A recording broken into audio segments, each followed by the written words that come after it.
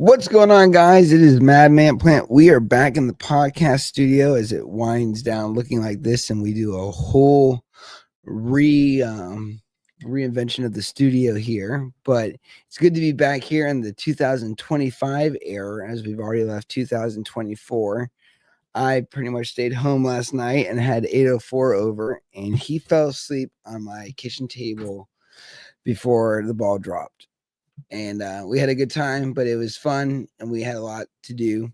And we're still waiting on my giant harvest to take place. We got the T6 in my setup same way here. So in about less than 10 days from now, we'll be going ahead and setting up the dry trim portion of this to show you guys what the dry trim looks like. But I'm really impressed with some of these colas and the way that everything came out, and they just look phenomenal.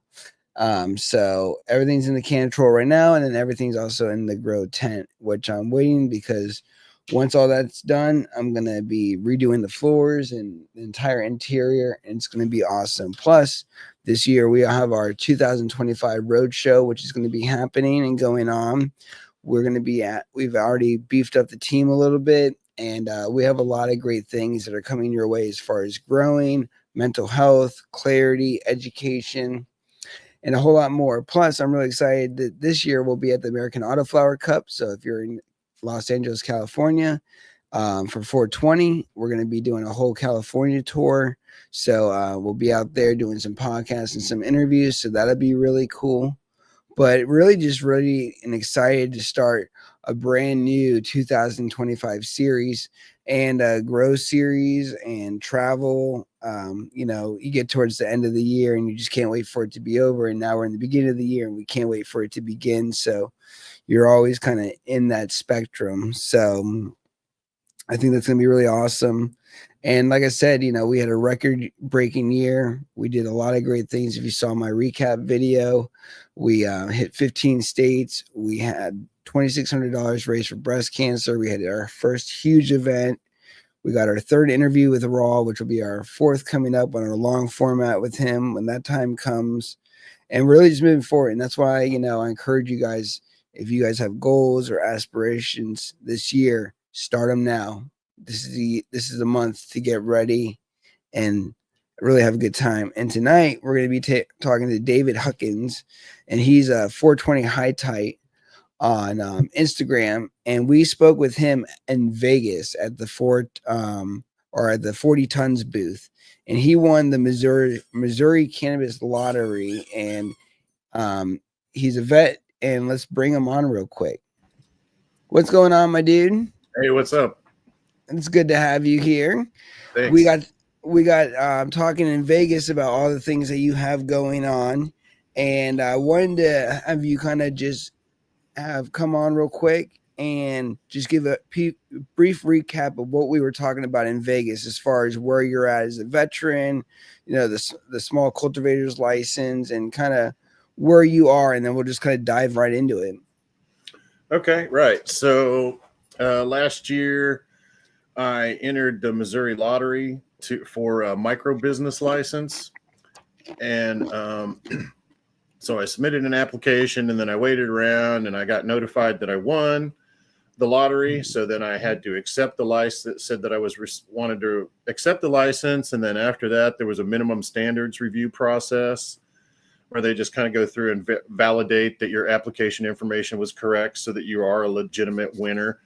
And then so that took 2 or 3 months. And so now I'm kind of on the path of trying to get this dispensary up and running. So the way it works in Missouri is you can either apply for a dispensary license or a cultivation license. Dispensary license allows you to sell a full range of THC and CBD products, as well as paraphernalia to ingest those products. And you can also manufacture pre-rolls. And it's a little bit challenging here. Every state's different about how their social equity program works. But in Missouri, the cultivators, when they get their license, they're only allowed to have 250 flowering plants at a time, which kind of limits things. And when they get a license, though, they get a license not only to grow, but they can also produce concentrates and extracts and stuff. So it's kind of a dual use license for them. So my focus has been on trying to build a business plan and meet with investors and people that might want to partner with me. And so that's where I'm at now. Now, very cool. Now, with this, how does this change the demographic for veterans? And what is the lottery, and how did you even enter it? Oh, wow. That's a good question. I went to a Canatech Expo. I think it was last year or the year before, close to the end of the year. And at the Canatech Expo, it was about vendors that support the cannabis industry. And I was standing there talking to another veteran, and he said, "Hey, my wife is getting ready to do a presentation." His wife was Abigail Vivas, who ran the program, the micro business program for the state at that time. And I was like, "What? What's that? I never heard about that." So I was like, "So I could get involved in this?" He said, "Yeah, if you're a disabled veteran, you qualify." And I was like, "Oh, cool. So I'm good." So I went and sat in on a class, and I just kind of lucked into it. I would have heard about it. I mean, they don't advertise it. I don't travel in the micro business community or anything, so I didn't know anything about it. I just kind of lucked into it, and I threw my hat in the ring. And then it's actually is a lottery. Like they use the Missouri State Lottery program to pick the winners out of this at random. So you that's really how that. had a 1 in a million chance then. Well, yeah, right. 1 in a few thousand chance. I think there was a few thousand entries, but yeah.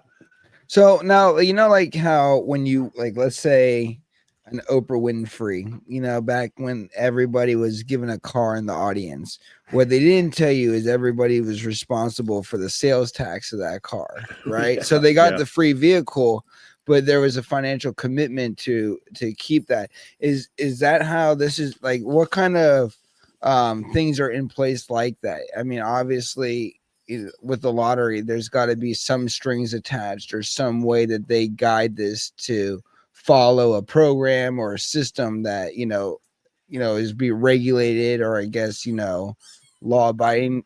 Is there something like that where you won the lottery, but in order to receive it fully, you had to commit to? Yeah, for sure. When I say that I won a license, I didn't really win the license. I won the ability to try and earn the license, which is not mine until my facility is completely built out and passes a commencement inspection by the state. Okay. So they want to come out and make sure I got 2 camera angles on everything, and that I got the proper locks on my doors, and I got a vault to keep product, and that my employees are properly trained. They come in and check all this stuff. They want to make sure your walls are painted properly. So it's a pretty thorough inspection. But after that inspection, which there's a couple of people that have already been through that process that I know of in Missouri, only 2 growers so far. And they came out and, they found a couple of defects, and then they're like, well, we'll come out for another inspection. And those were like easy fixes for those people anyway. So it wasn't a major deal. And honestly, here, my feeling with the state has been that they want to work with you and they want this program to succeed. And if you just are communicating with them and cooperating, they seem like they will go out of their way to try and help you out. Well, it seems like it would be a win-win, because if you look at states like Colorado and other states that have really embraced legalization, home growers, cultivation, it seems like there's a trend where the money follows. And it seems also too is you have a bunch of people who, in your case, like veterans, who have served their country, and now this is a way to serve them, especially when a lot of these people are cannabis patients, and be able to give it away and be able to have somebody in a community or in the area be able to win the opportunity to really push forward. It's kind of like on Shark Tank, where they're like, hey, we'll invest in you on a contingency that you're able to pull off this and this to solidify the deal. Sure. You know right. what I mean? So you got our backing, but in order to do it, we need you to do all these steps. Now, with you, before getting into this, what did you do before? Obviously the military, but is there anything specialized that's really kind of aided into your progression into this? Not so much the stuff that I did in the military. But there was some stuff that I learned at Sprint. I used to actually do a lot of calls when I worked for Sprint, Okay. getting different vendors together to solve software problems and stuff. So that really was a skill that served me well when I got into the community, as I organized a weekly call for the community that I'm not doing anymore because there were some problems. But for about 4 months or so, I had a really nice call every Monday that the community enjoyed and participated in, that worked really well. Yeah, no homegrown dirty Jersey. Yeah, 100%. When we were in New Jersey earlier, were you at Necan in New Jersey? Did you go out to there? David, did you No, go no, out? no, I Okay. didn't. No. Yeah, in New Jersey, there's no home grow. It's actually a year in jail for every plant. Oh, wow. I believe that guy can probably verify. But That is crazy. yeah, so tell me a little bit about the forward shaping. So when you win the lottery, does that come with the money to invest in property, land, employees? So this is all self-funded. So when Yeah. you do it, it's just they're saying that it's okay with us that if you pursue this, you can do this if you'd like, pretty much. Yeah. But the total responsibility is on you to pull this through. Right. There's a lot of noise in the community that this program is set up to fail in Missouri. And I think the biggest concern from people that say that is they're comparing it to other states that have set up social equity programs where there are grants and funding available to the potential licensees. But in Missouri, it's not like that. You get your license and then you're on your own. Good luck, which that's fine with me. I that's all I really wanted. That's all I really expected was a chance to win the lottery and get in on this. So now I have that opportunity. And I have found several people that are interested in partnering with me. So I think, if you just get out there and put yourself out there and talk to people, you'll find opportunities. Well, yeah, and that's why, just like us meeting at MJ BizCon, it's so important to figure out where the right people are. And when you look at, another event you should look at, which I'm looking at too, is Bazinga. And that's where all the CEOs and CFOs go, and it's all about money, Okay. versus the business to business. And that's something that I'm trying to get into too. And if you can follow the dollar, you can find out some great resources that can really, one, help alleviate you, but two, really help propel you forward. And that's the one thing I love about MJ BizCon is the fact that it's a who's who. You're walking through those convention halls, and then next thing you run into somebody. Oh man, I'm doing this. Oh, I'm doing this. Oh my God, here's a collab. Oh, here, let's partner up. Let's work together. And I think the biggest thing, and you talked a little bit about some of the the drama that exists. I mean, that's why I have my hat, which says "Making weed communities great again," because I think that they suck. I think a lot of times we get very stigmatized based on what we're trying to do. And I think the biggest thing is it's like the main focus is legalization, is making this readily accessible to those who truly need it. And when we're fighting and bickering with each other, it doesn't help. My thing is, as a business owner, and you understand this too, is giving different options creates different varieties. It's very good for the economy to have different offerings. That gives a lot of different perspective, a lot of different uses, and that's the way that you identify and unique, or make your business unique. And I think the biggest thing is, this whole like gatekeeping, and we're so afraid that this other person is going to be more successful. There's only 14.4 billion or however many people in the world that smoke cannabis. There's a greater market that doesn't. So instead of focusing on the scarcity mindset, I think so too is the fact that we need to say no. We need more micro growers. We need more home growers. We need more qualified and dispensaries that actually offer value and good product. There's a place and a space for everybody. And I was even just talking to this with my new publicist, and we were talking, and it's just carving out that white space. It's saying, how can I be different?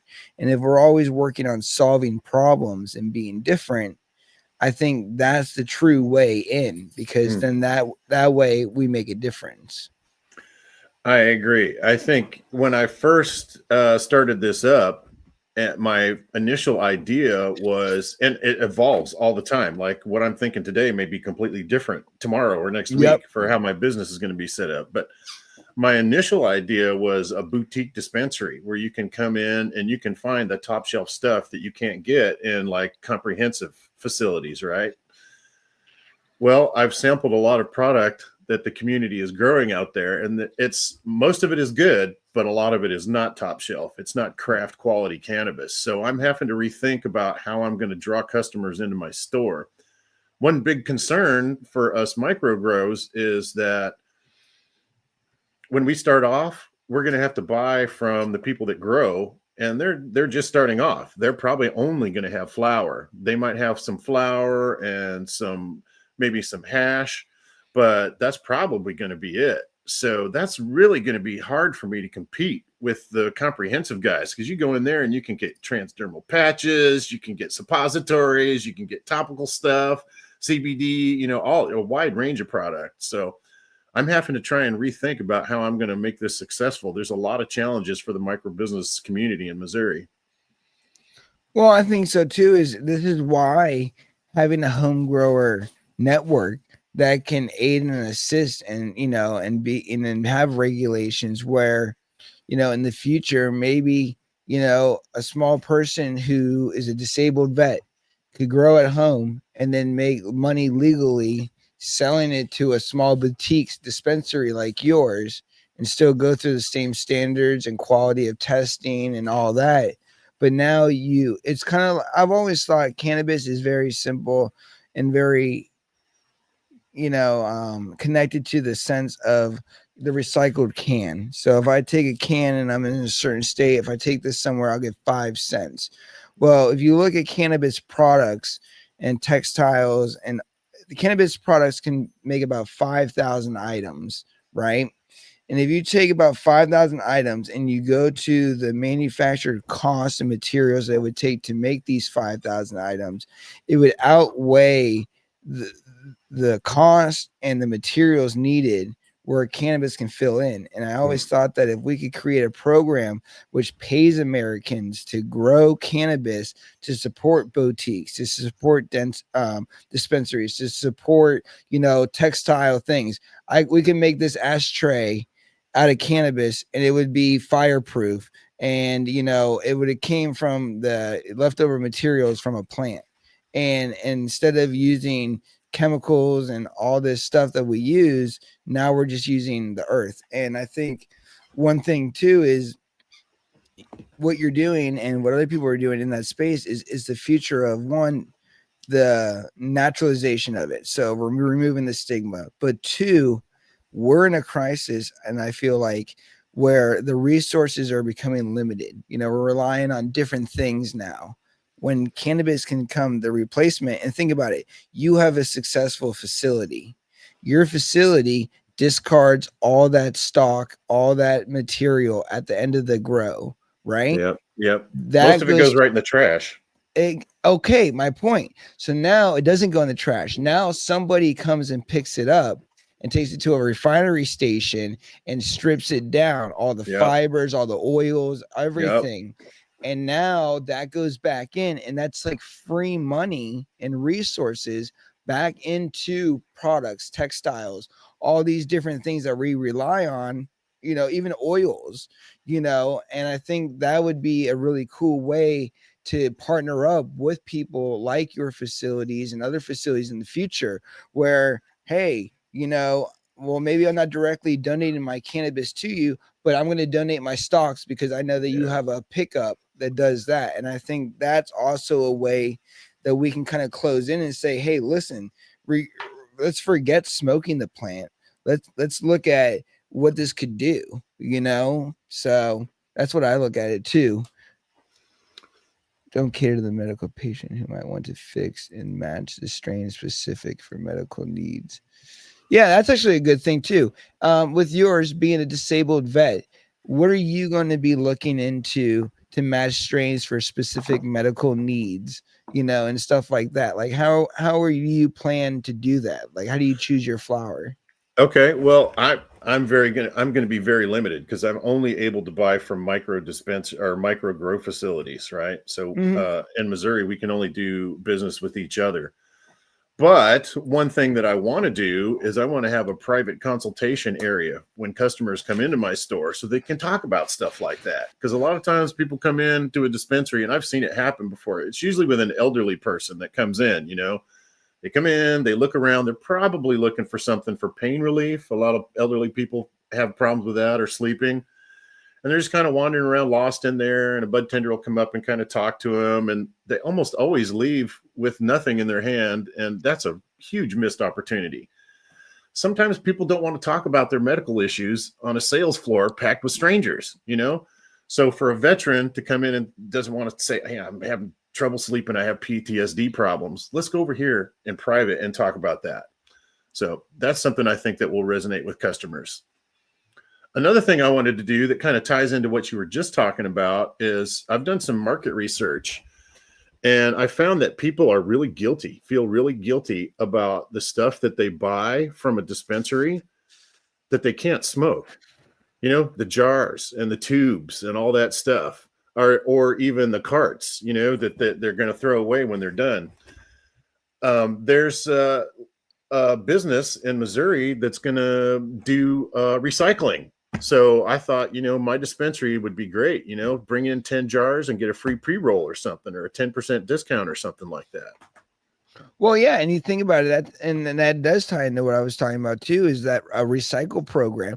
We're constantly using cellophanes and cardboards and plastics and composite materials and all these things. And you're right. The better future way of recycling is to put it right back. And if you had a way that you're able to offer that and people are able to bring that back, now they don't have to put in their trash can. Now they don't have to feel weird about it or paranoid that somebody's going to see it. And then that's something that helps out, because I do sense that. And one thing we were talking about too is the older generations of cannabis, and they're not so flaunty with it. They kind of are very conservative with it, and really kind of like that discretion, you know what I mean? So maybe even offering like a black bag that's that they can put their stuff in, and then they bring it back, so now it's even discreet, and that's something that you could offer. That's a good idea. Yeah, to encourage that program. It's like, oh, and here's this, bring everything back, and you receive a couple bucks off for being part of the recycle program. And I think that's a great way too, because now that helps other companies, and it helps the ability for people that especially utilize, like, let's say you have vaporizer companies who they're one-time carts, but if those carts and bodies could make it back to the manufacturers, they could be repurposed, cleaned, and then put out, and then that saves material costs. So I think in a way too, it's not just how we smoke and interact with it, for mentally and spiritually, but also of a way that with everything that goes on, it could actually cheapen the product cost of our products. I would hope so. Yeah. Most of the people that I talked to that were, in fact, I did a survey. I was like, are you concerned about recycling, or are you very concerned about recycling, or you don't care? And it was 100%. Everybody was very concerned about recycling and all this stuff that's winding up in the landfills. So I know that I have a secret stash of jars and pre-rolled tubes at home that I'm hoping that I can find a use for, because I don't want to throw them in the trash. They're beautiful jars. It seems like shame to use those one time and throw them away. Well, yeah, especially some of them are nice, and I'm sure that adds to the value and the cost of the actual product itself. You know what I mean? So, yeah. So let's talk a little bit about right now. Where are you as far as this process goes? Are you in the beginning stages, the middle stages? Yep. So I just found out in October that I passed the minimum standards review, which means that the state, I won the lottery, and then the state reviewed all my documents and stuff to make sure that I was a qualified applicant, and now I can proceed. So I'm just really trying to get my wheels under me right now. I don't have a location. I have several interested investors and partners that want to talk to me, so I'm engaged in talking with these people right now. Hopefully, in the next month, I'll make a decision about who I'm going to work with and where I'm going to go, and that'll give me a better idea of what my future looks like. And the way it works too in Missouri is you have to register your dispensary in a congressional district, and then you're only allowed to put your dispensary in that district. And at first I was thinking, putting it near Kansas City that's the hot spot. That's where everybody wants to be because they're making a lot of money there. There's a lot of customers, and there's a lot of product available. But I'm rethinking that now. I'm thinking maybe someplace more rural might not pull in as many customers, but I'm thinking long term. One day this is going to be federally legal, and when that happens, do I want to be next to 10 other dispensaries that are within a few blocks of me? I think it's going to be crazy then, right? The prices of everything are going to come down, and it's going to be a dog eat dog world. But if I'm more out in the rural community, I won't have to deal with all that competition. So I'm rethinking things. Well, I guess there's pros and cons. Kansas City is a big city, and like you said, there's already established business, but then the competition's heavy. Yeah. And then you can go the other route.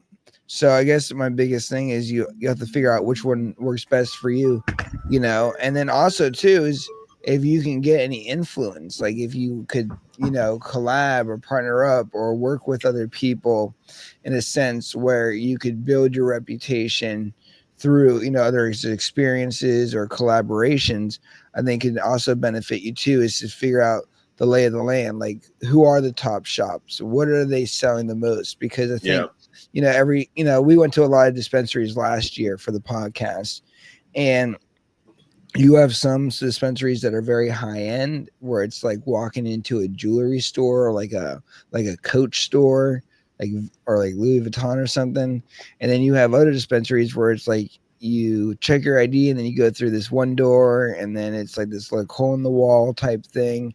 So there's a lot of levels too. And I think also you want to figure out which type of offering, because not all dispensaries and grows and like that are equal and cater to select markets. So it's like, who is your ideal customer? Have you figured that out? Like what exact type of person you're looking at your dispensary? Because I think that helps too, where if it's more like veteran focus, if it's more minority focus, if it's more like you're looking for people with real issues. What are you thinking? I'm glad you brought that up. I'm hoping I will have a veteran focus because I'm a veteran. I can help to cater to veterans' needs. I get it. But I think it's important in the social equity program for the faces of the people that work in my store to look like the faces of the people that are supposed to be represented by the social equity program. And most of those people are poor people or minorities. And I really want to build those kind of people up and give those kind of people opportunities, and women too. So that's a big thing to me too. Well, the women focus is and a huge thing because they don't get enough credit in the cannabis scene, and a lot of these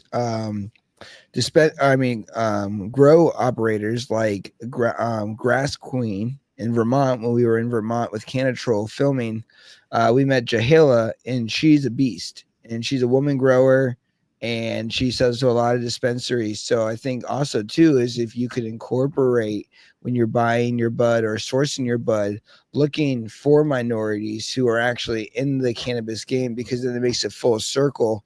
And then two, also, bigger than just looking like them, actually being able to give an experience. I can't tell you how many times I go into a dispensary, we kind of briefly touched on it, where there's no experience at all. And you're right. People do leave with empty hands, and that's bad for business.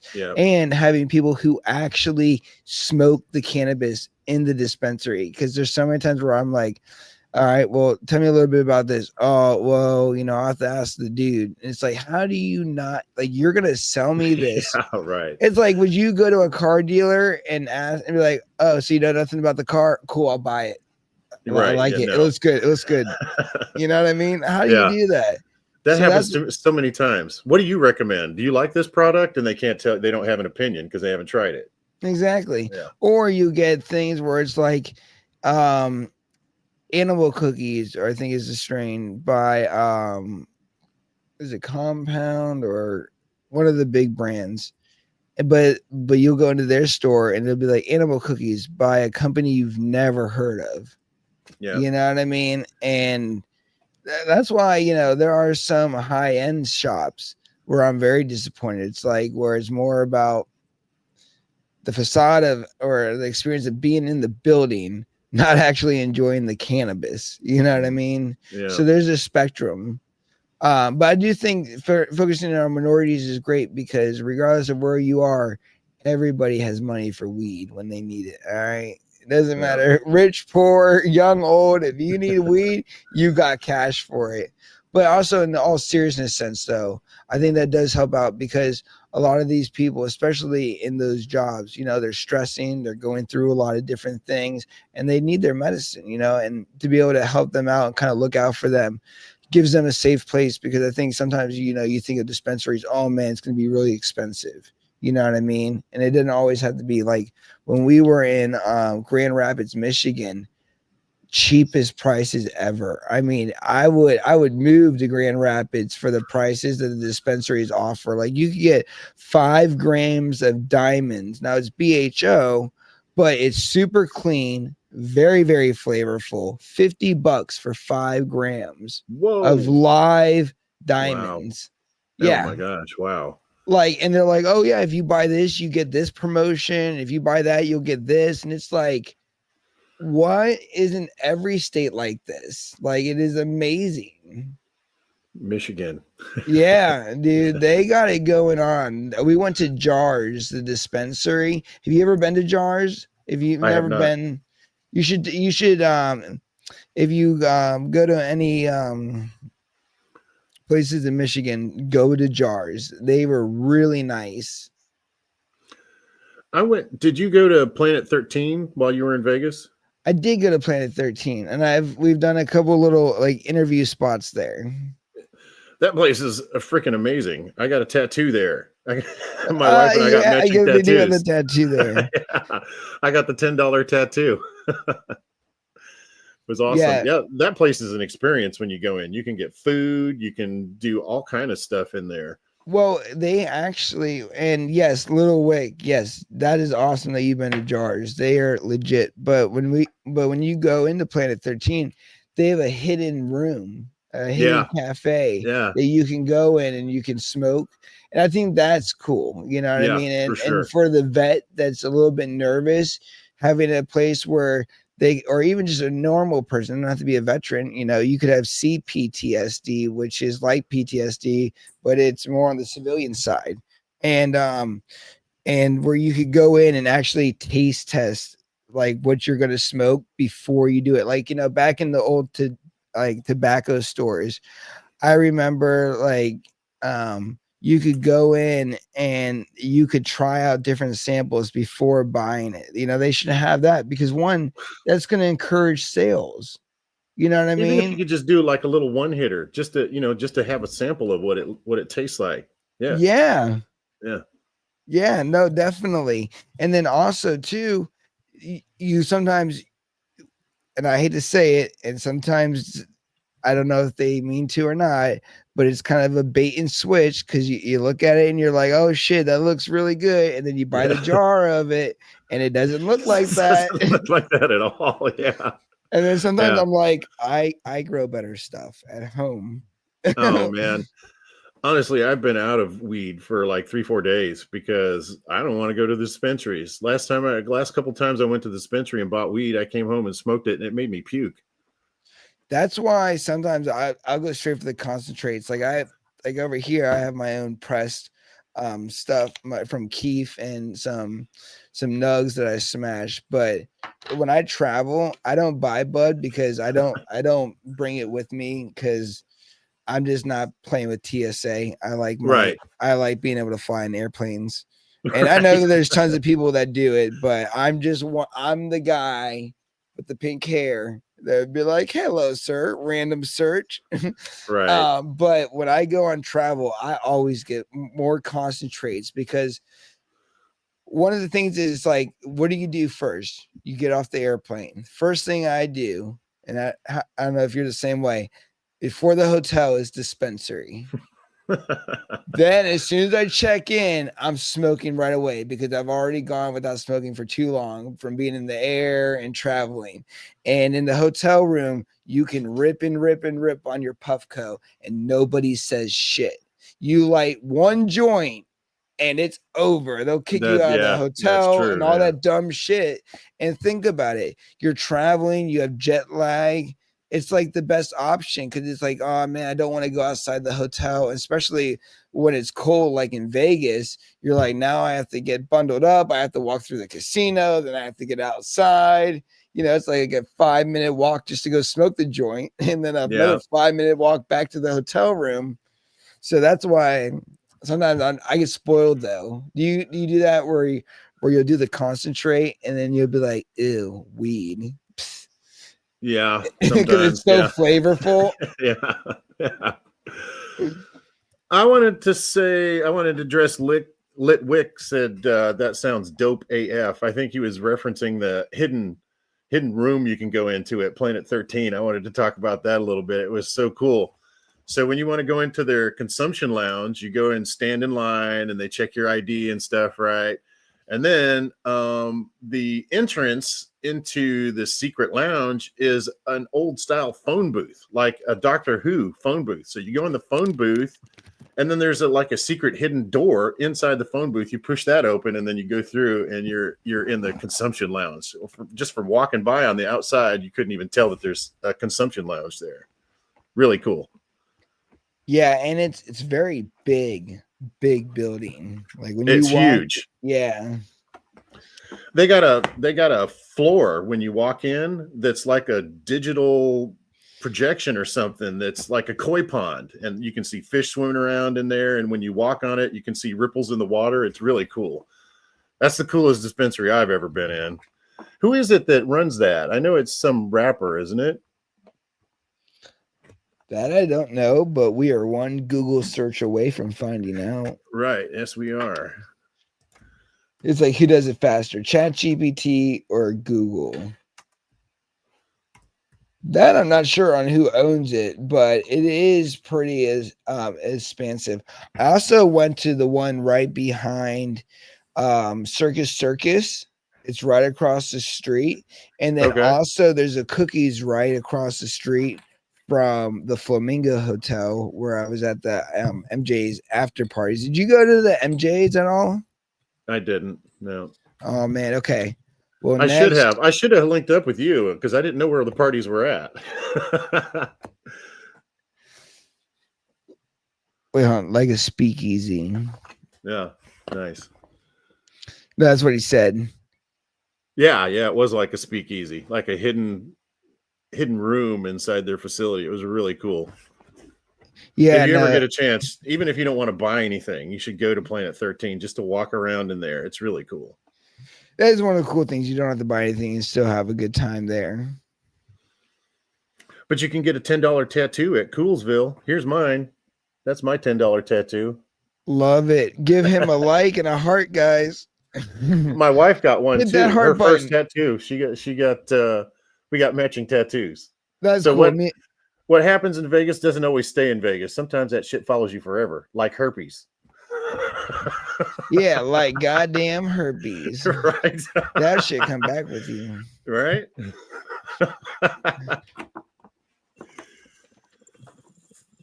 Oh, I've only smoked out of a Puffco once, and it was at Planet 13. I got my Ganjier product specialist certification there, and part of the process was to go for a tasting at the consumption lounge at Planet 13. So I got to use a Puffco for the first time. I thought it worked really well. No, Personally, I use a Carta. I like it.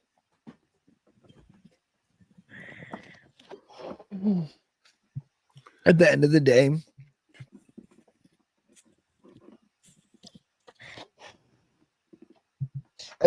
they're all kind of the same. You know what I mean? Yeah. I think, they have a couple of them have, a couple of differences and everything, but it's like an SUV next to an SUV. They're both SUVs, you know what I mean?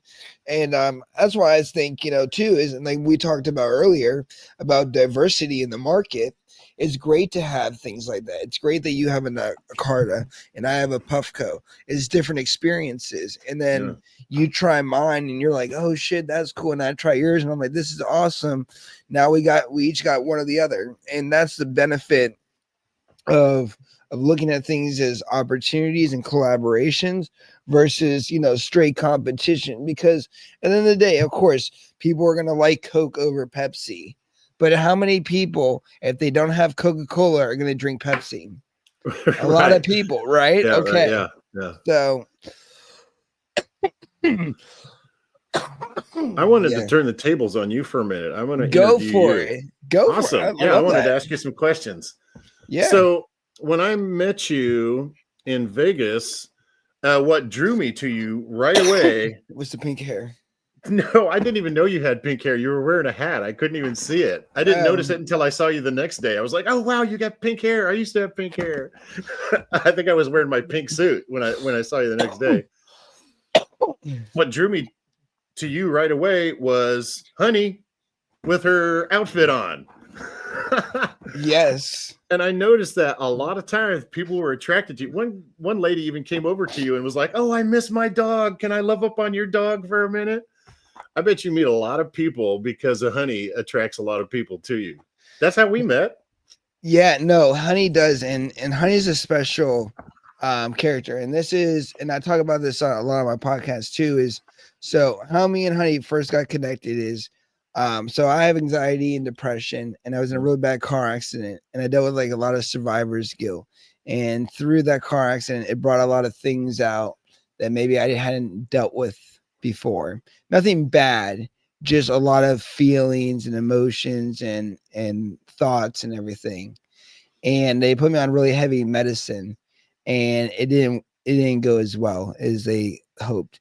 And I didn't do anything crazy, like wind up in a psych ward or anything, but I just got very, very depressed, like very, very sad. And I told them, I was like, listen, this isn't working. You guys obviously can't figure it out. I was like, I smoke cannabis. I'm going to just stick to smoking cannabis and we'll figure it out. And they were like, we don't recommend that. They're like, if you're going to quit the meds. Of course not. Yeah. They're like, if you're going to quit the meds, that's fine, but you need something else. And I was like, well, then let's figure it out. Yeah. So I saw a thing about a service dog. So I told my doctor and I said, well, I found out an option that doesn't require medicine at all. I was like, I can use a service animal to help me. And the doctor said, if you can find the animal and get it professionally trained, I'll sign the papers for you. So we went out and we went to the Stafford County Animal Shelter and we went to the front desk and we had told them that, listen, I'm looking for a dog that's going to be a service animal. And I was looking for a dog called Neptune, which was an Australian Aussie. It was a black dog. And they said that the dog would need too much training and it would not be good right away for service work. And we were standing in the front, didn't look at any other dogs that day, but they said, but we have the perfect dog for you. And Honey is who they brought out. And I stood in the observation tank with Honey for 30 minutes. And then I told Honey that I chose her and that she would choose me and that the universe was connecting us. And I adopted her on site. I went to the animal hospital, got all of her statuses checked. Everything came back very clean and healthy. So I did the final adoption. And for Honey's first 3 months with me, she was on her first airplane. and Honey has been on just over about 30 airplanes total because we were just under 30 this year, like around 24. What kind of special challenges do you face traveling with a dog like that? Well, I'm blessed that Honey's very, very well behaved. So I've had zero incidents with any trouble, Mm. and it's a very unique situation, and it just like that's why it's so weird to begin with because it's like they say a dog comes into your life when you need them the most, and I feel like that's true. And you think that walking around with a dog require a lot of extra steps, and with Honey it doesn't. I mean, our longest flight is from California, which is 6.5 hours nonstop. Did perfect, no problems, no whining, no needing to get up, lays the entire time. When we're traveling from hotels and taxis, just perfectly. When we're at restaurants, it's right underneath the table, you don't even see her. Like she's just very, very like on point, and there's never been a problem. She even got her Well, wings from American Airlines. wow. So when you travel with your dog on a plane, Honey comes on the plane with you, right? Yeah, so Honey is a service animal. So unlike an emotional support animal, Right. Honey has a DOT form. She has her own specialized airplane number for each airline that we go on. Wow. I have to call ahead and then Okay. request her. So like when I make my ticket, I order my ticket, and then on the ticket there's an option for special needs, and then Okay.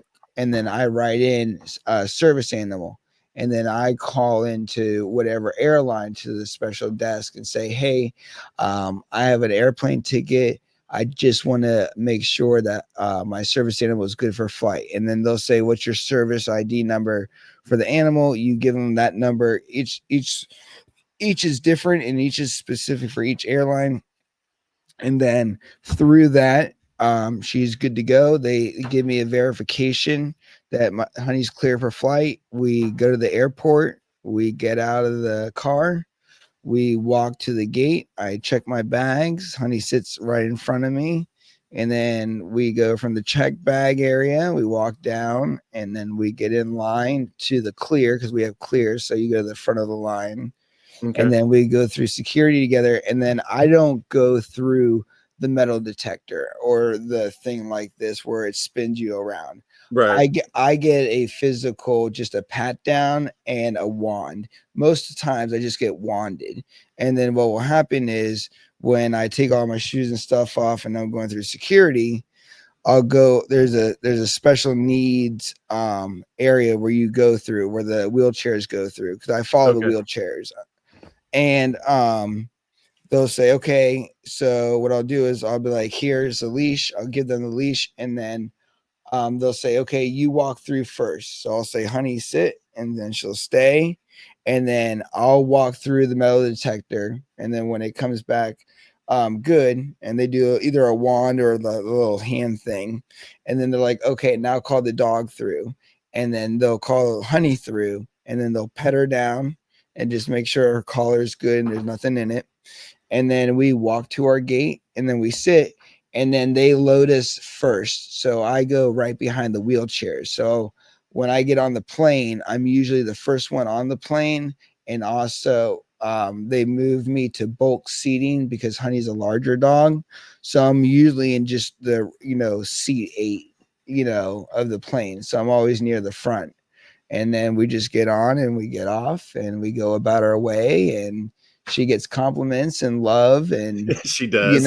everybody comes up to her, and it's kind of funny because nobody remembers me, they just remember Honey.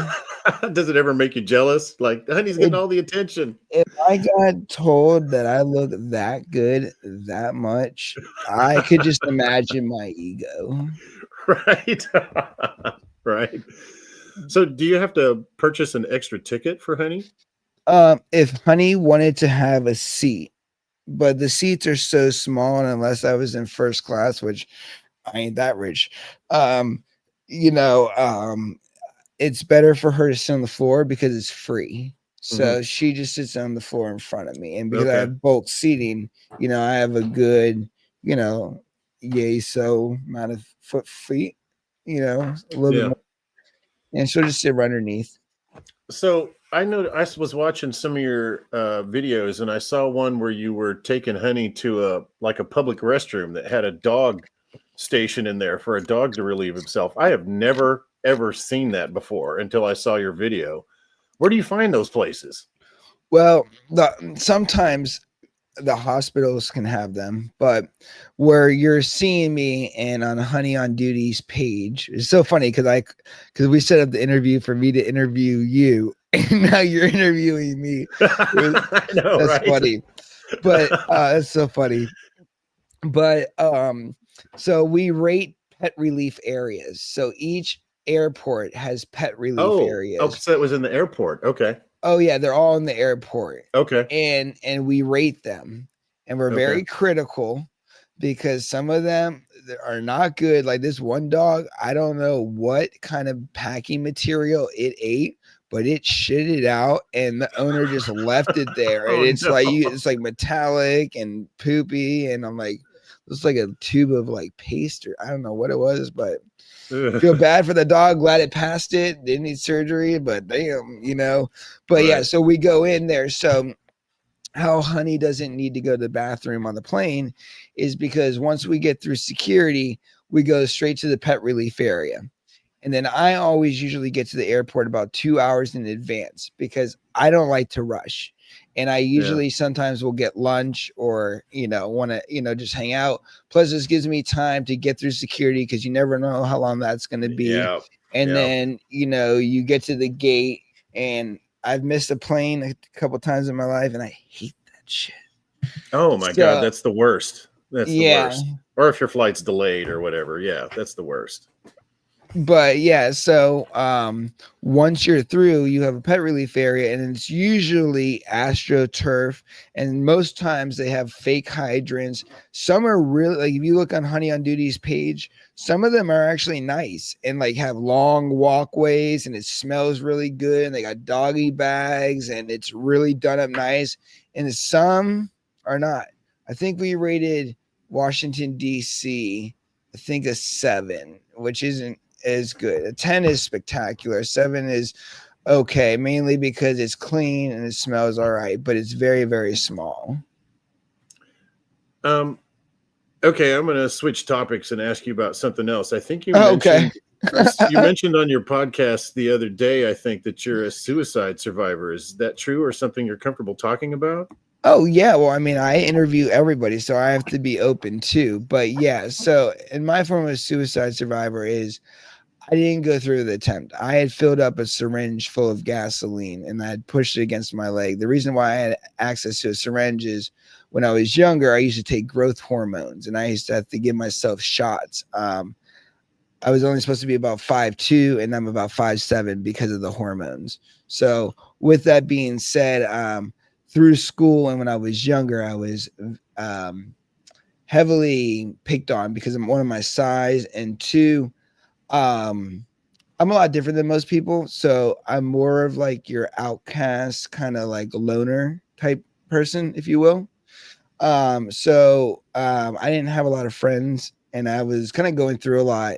And my friend who actually died of a heroin overdose, John, instead of committing suicide, I actually stole my dad's credit card and went to Walt Disney World. Well, actually Universal Studios. That's a better option. Well, yeah, and that's what we talked about. And I've talked about this a couple times on my podcast, but I found out that would have been very, very painful. And I'm very glad that I did not do that because if I had survived that, you just don't know what type of health effects or longevity effects can happen. And, and that's why I preach so much about mental health and clarity because when you feel lost and vulnerable like that and you feel like you have nothing, it's very easy to see this life as nothing. And I think people should wake up a little bit more and live life with intention, because you're leaving so much on the table by not taking yourself on. And everybody in life is willing to kill the machine.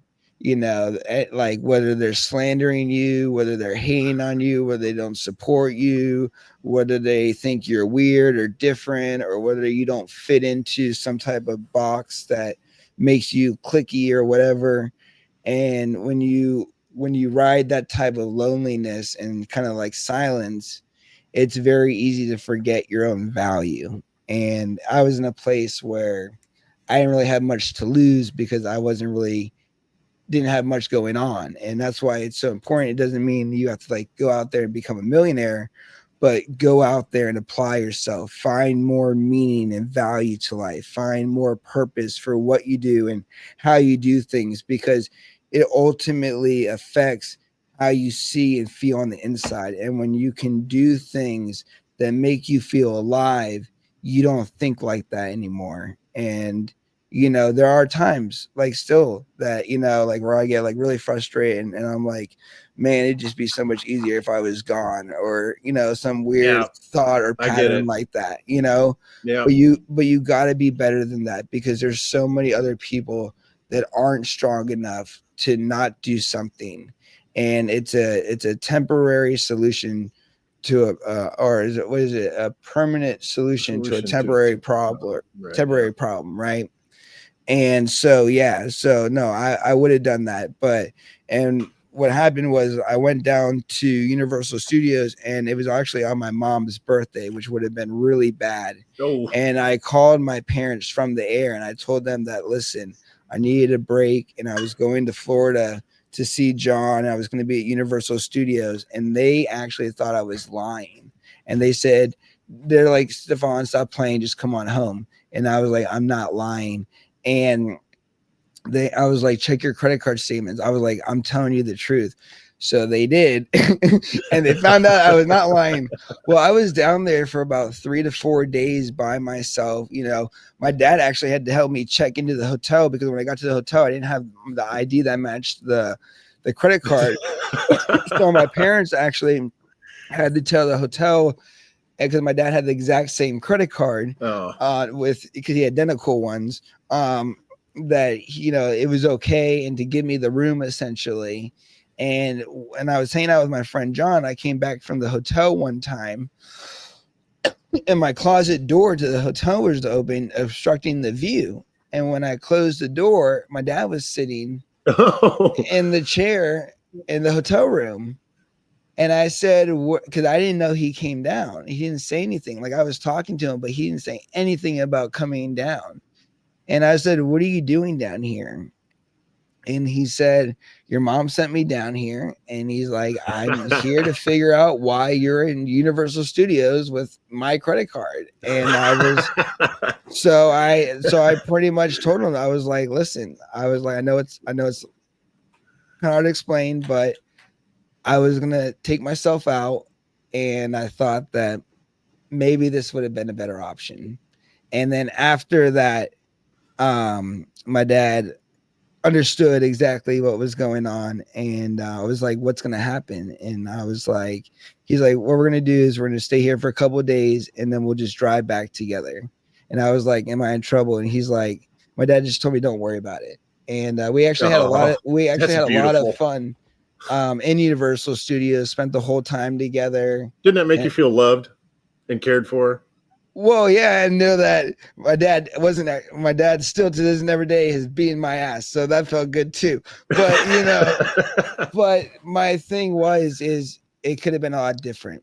And then when I was in the car accident, I just dealt with a lot. And I'm a very emotional person. I'm not afraid to admit that, I definitely shed tears a lot. I definitely get emotional. I'm a heavy feeler, but that's also because, and if you listen to my speech on SmokeBusters, if you go to, or YouTube, go to,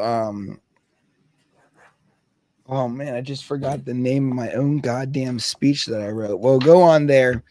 And there's a speech that I wrote with a painting that so Cherry Stoner, who's a 3-time rape victim, one of my most dynamic. What? Oh yeah. Well, she was on my podcast, and for 3 hours we talked about everything, like very in depth, very graphical, and it was live too. Well, anyways, to share with her the emotions that she shared with me, I told her to paint me a painting, but I couldn't see what it looked like. And she's an artist, a very, very good artist. And this was my way of sharing her of how I feel on the inside and see life. It's called Breaking Through. See, I just remembered it. Okay. And on there, the painting, which she didn't hear the speech. I didn't share the speech with her. She didn't share the painting with me. So the day of the speech, I see the painting for the first time, and she hears the speech for the first time. Well, in it, it talks about the gap of time and the fact that we are in a place of constant loss, because every day as we are gaining, we are also losing. We're one day closer to death, and one opportunity away from changing our lives, all at the same time. Yeah. And when we look at things like cracks in our foundations, is like something that I've talked about.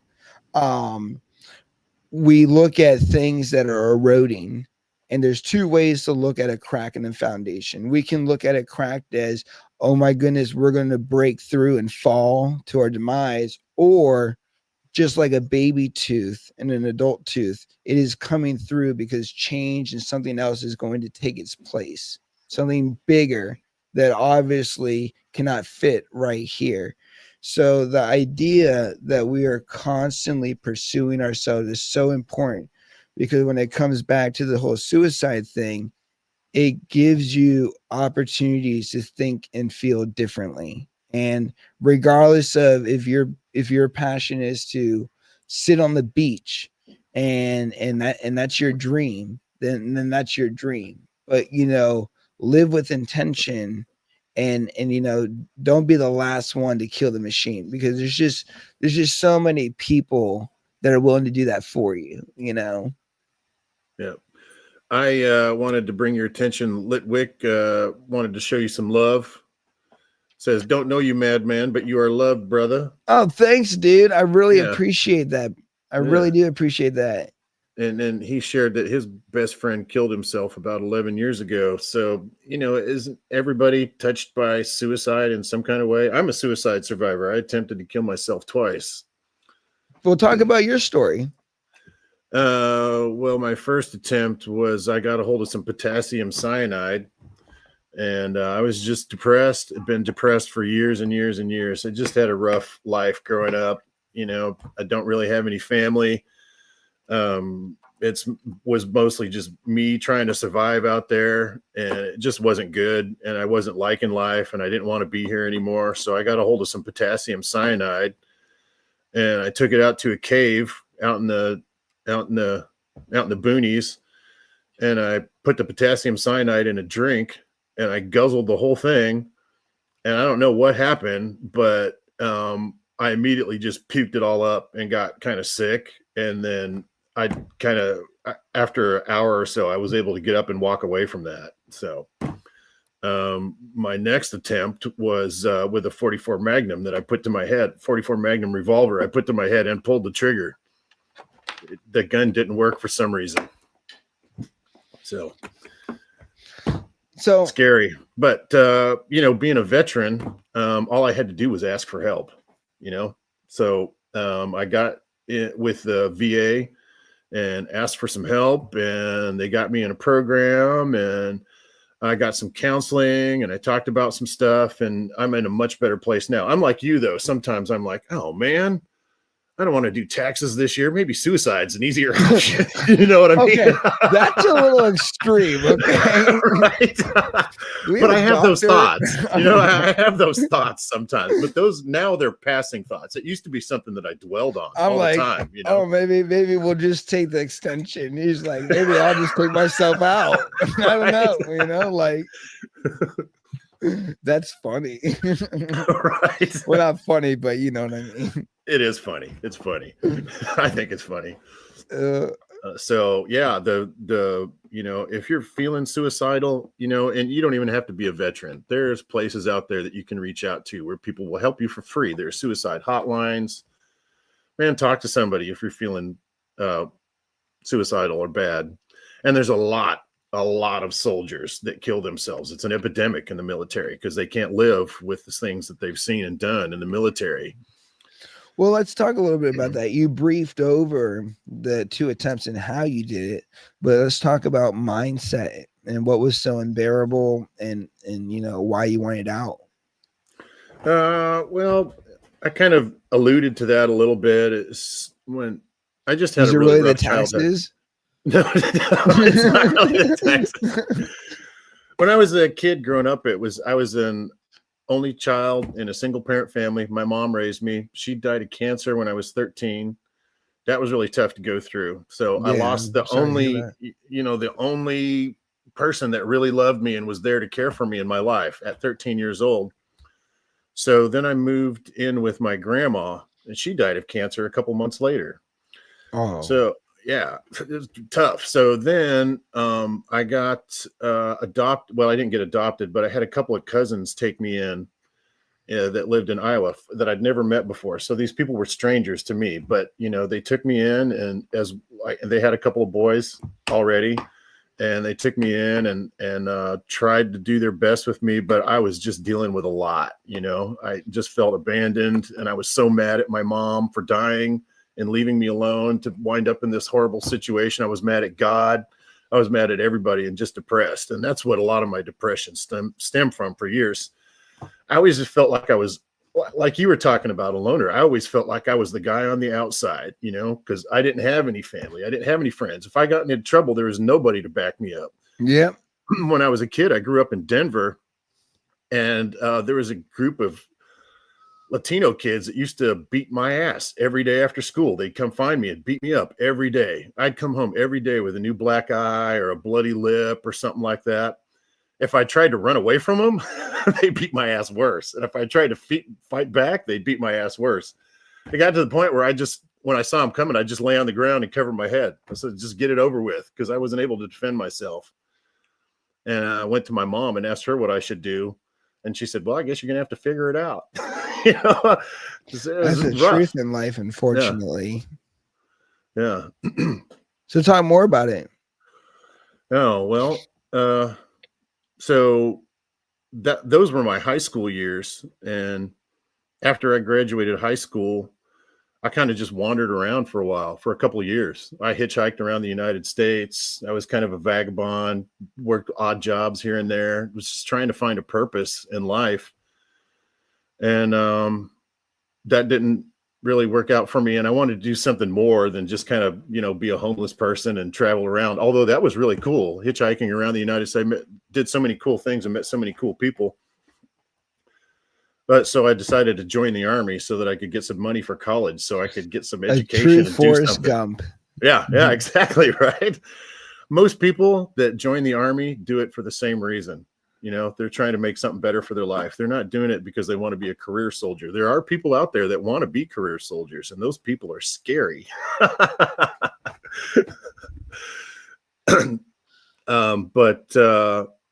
Yeah, when I got into the military, I realized that a lot of these people in the military have black faces.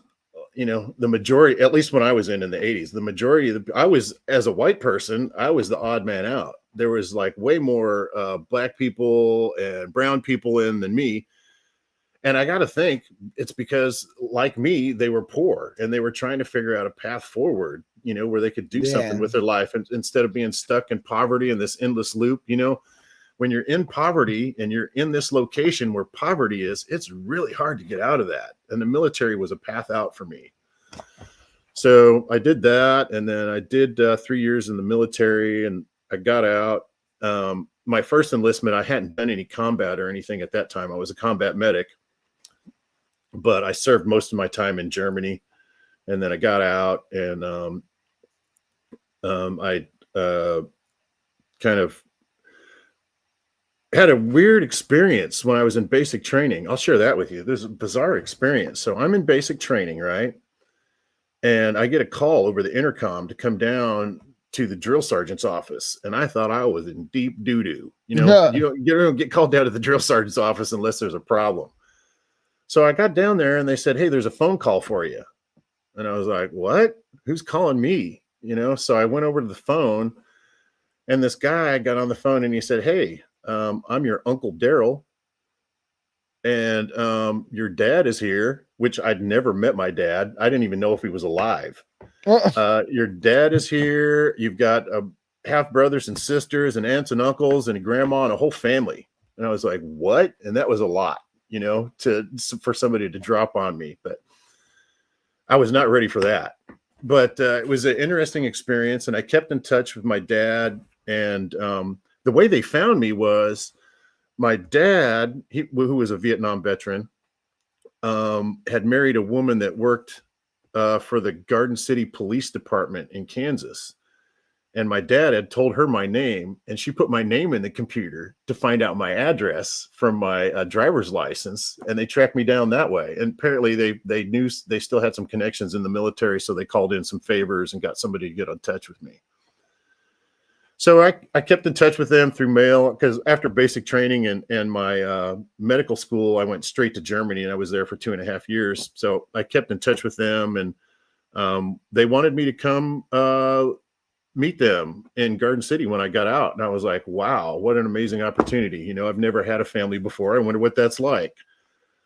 So I went there to try and do that. And, there were ups and downs like there are with any family, right? And that was a pretty terrible experience meeting my dad. He's got a lot of mental problems, and he took a severe disliking to me, and he's told everybody that he wants to kill me. Like, he tells everybody he knows, all his friends, all family members. Like, I'll run into people and they'll be like, "Hey, who are you?" "I'm Dave." My dad's Smiley. And they're like, "You're Dave? Your dad wants to kill you, right?"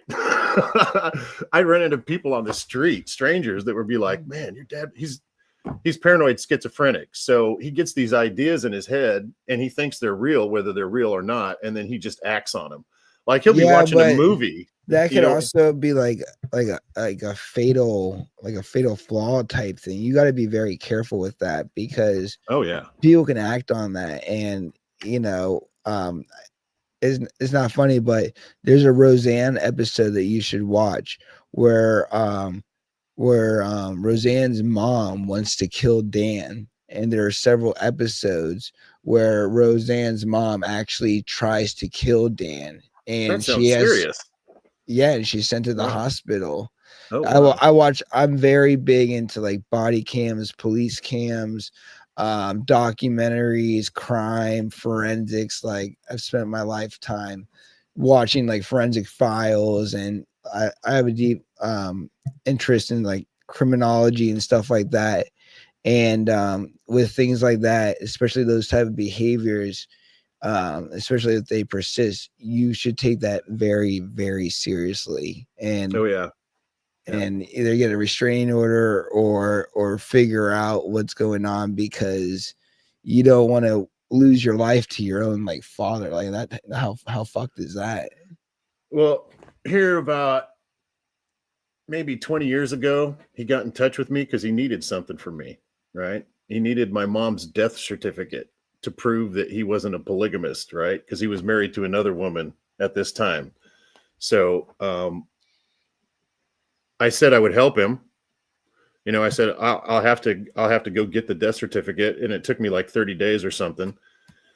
And then when I got it, I was like, okay, I got the certificate. And he was being cordial with me this whole time. He's like, "Hey, you should come over. I got some gun. We can go shoot. Yeah, let's go on a hunting trip together. It sounds great." Right. He's like, "Yeah, we should do something." And I'm like, okay, well, and I wasn't ever thinking in my head that, this is going to heal the rift between us, like me helping him get this.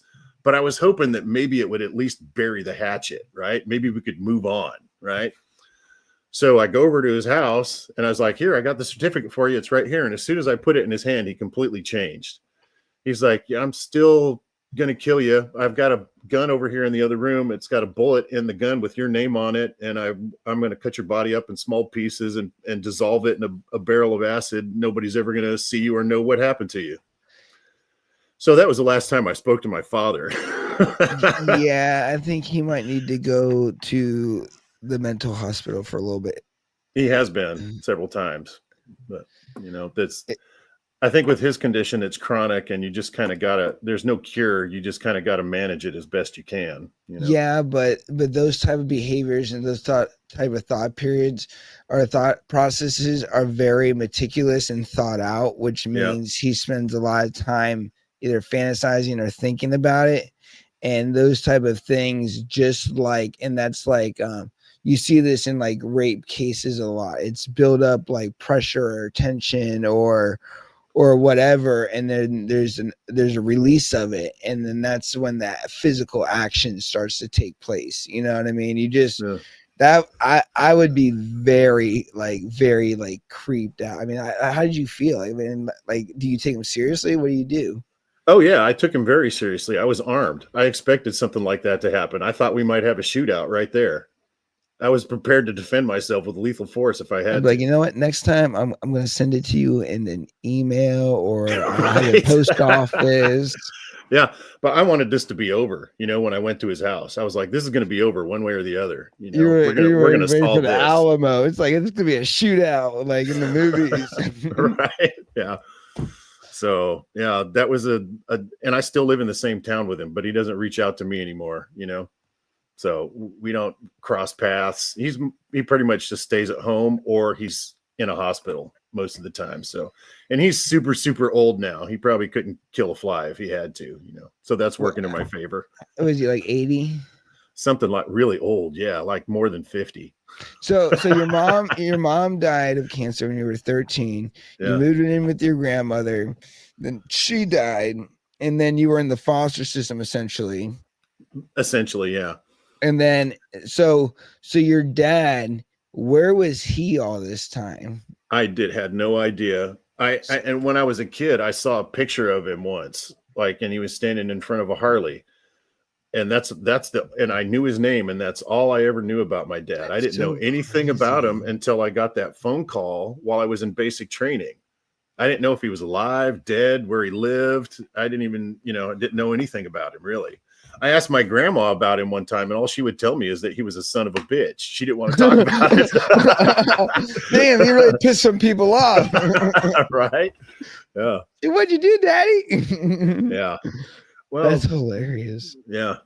It's like it's not hilarious, and I'm sorry, I don't want to make light of your situation, but that's just like out of a scene of a movie. It's like, tell me about my dad. He's a son of a bitch. Yeah. Yeah. Well, she was completely right. I found out later she was not wrong.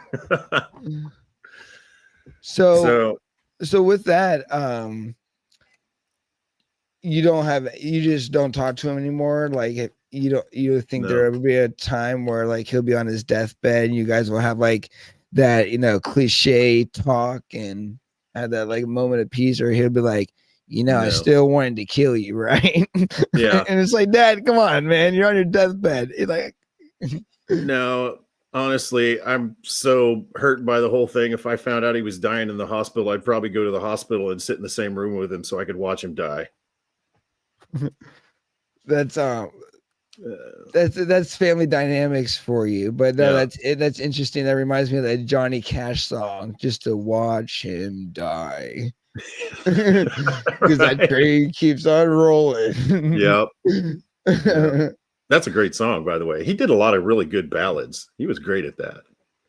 Yeah, so I'm not a huge knowledgeable fan of him. I know a couple of his songs, mainly from movies and different Instagram posts. And it's a great way to learn music is reels. It's like, damn, that's a good song. Yeah. And then you find out, which I kind of get disappointed about, is with the song, you're like, damn, that's a really good song. And then you find out that the hook that they play in the reel is really the only good part of the song.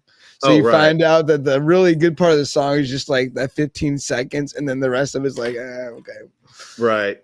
Or you find out that the hidden meaning of the song is something totally disturbing. You know what I mean? Like I'm thinking of Bop She Bop by Cyndi Lauper. It wasn't a disturbing meaning, but the song is about female masturbation. But it doesn't, you know what I mean? It doesn't say that in the song. It's weird. Oh, like and then the watching you, I'll be watching you. That's about stalkers. Yeah, yeah. There's songs out there that have hidden meanings about pedophilia and all kinds of disturbing stuff. You know what I mean? Ugh. I don't really listen to songs much anymore, just for exactly that reason. I like music.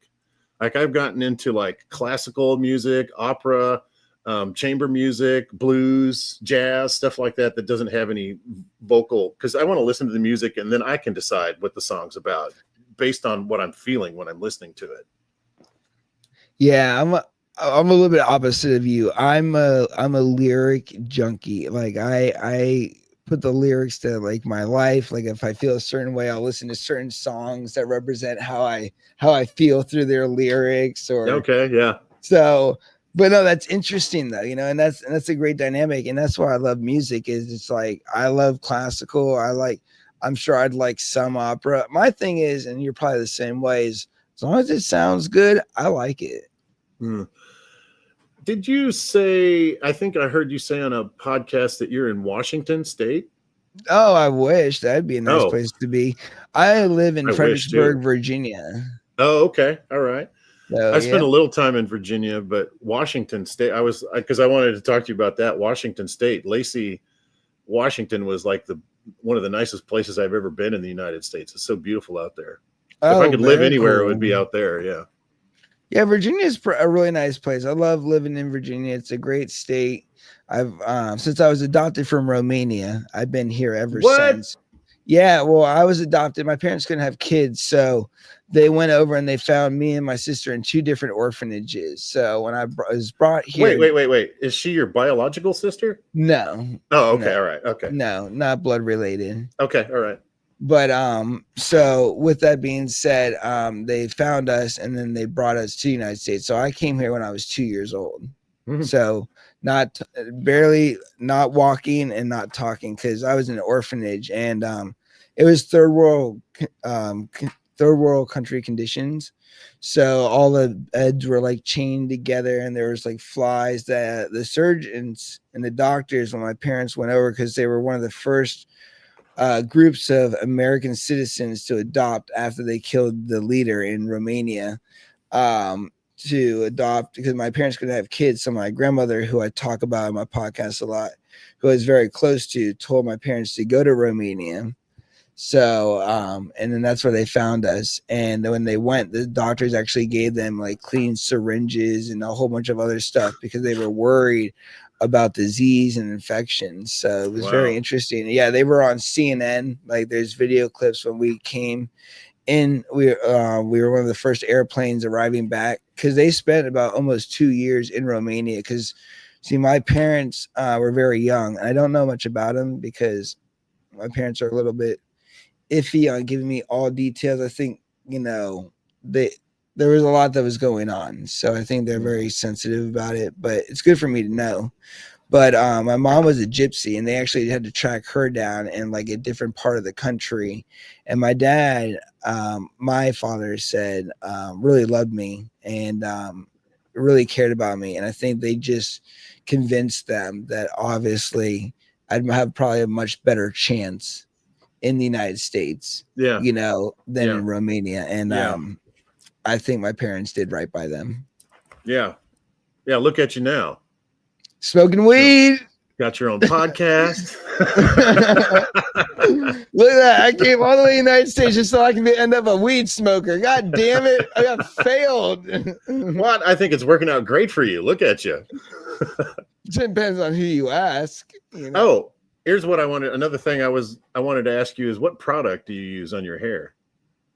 Okay, so it's called Ex-Girlfriend, and Okay. you can buy it at Ulta. Now, here we can actually just pull it up real quick here. Because I was using unicorn color on my hair for a while. It works pretty good, but it washes out pretty quickly. Let's see here. It's the Good Die Young is the name of the brand. Okay. Yeah, I hope that doesn't mean anything. I plan to live to 100, and my grandfather right now is 103 years old and perfectly fine. No oxygen tanks, no nothing. And he wants to die, but for some reason he's still alive. Oh He's the man. only person that can really say I should have died years ago and be like, you know what, you're probably right. Oh You know, wow. but so yeah, X Girl. It's called X Girl, and it's a Okay. semi-permanent hair color. And then I use the Arctic Fox bleach kit. Okay. And but How I does have that to. work? The bleach kit. Well, you just mix it up. You put it in your hair, and then it burns just the fuck out of your scalp. Okay, And that's my then experience too. Yeah.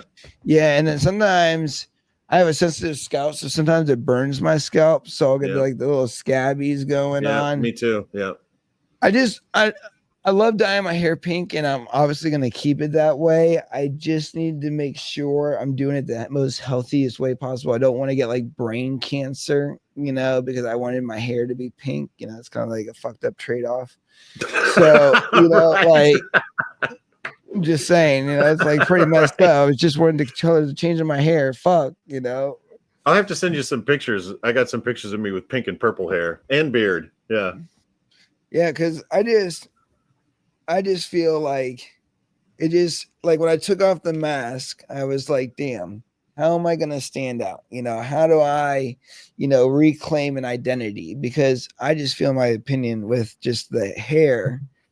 I just match everybody else. I'm just a guy with normal hair color that's, doing this. And when I raised the money for breast cancer, I felt like, well, I could stand with the women and men of breast cancer by dyeing my hair pink for my event, which raised $2,600. And then I was like, well, it looks so good and I like the two-tone. Let's keep it, So Litwick loves your hair. dude, Wick is an awesome person. He's been chatting us up this entire I time. know, right? Thanks, dude. That's what's up. I really appreciate that. Reach out to me, Litwick, on Instagram if you want to ask me questions. Yeah, You can ask me a question now if you want to. You two should do a podcast together eventually. Right? And we'll get Wick on the SmokeBusters platform too. Get him to tell his story. He said when I was 29, he has a story like that. So, yeah.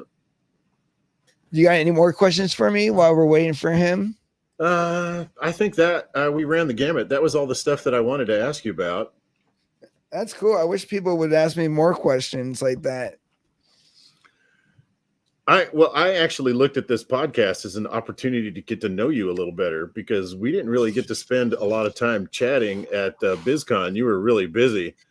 So. I had that list in my hand, and so far I have uploaded 27 interviews on YouTube, and I still have more to go that I shot at MJ BizCon. So that's why we didn't get to spend a lot of time to go. Yeah. When I go there, see, a lot of people smoke and joke, and that's great. But the idea of spending your hard-earned money or having sponsors fly you out and do these things is the fact that you are supposed to capitalize on your opportunity. And when I go there, I am very prepared and just on my horses of, I want to get this done because you have the ability to be in front of the right people and they only have a limited amount of time. And depending on who they are, they might not be there the second, third, and fourth day. You might only get them on the first day. So you got to know your market. For sure. I was just looking Litwick. I'll look you up, Litwick, on Facebook. We'll chat. So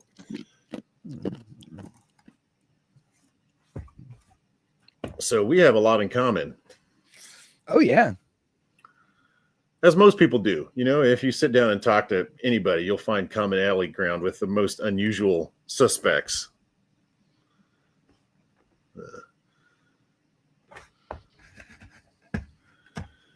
So, what did you find a lot of value at the BizCon?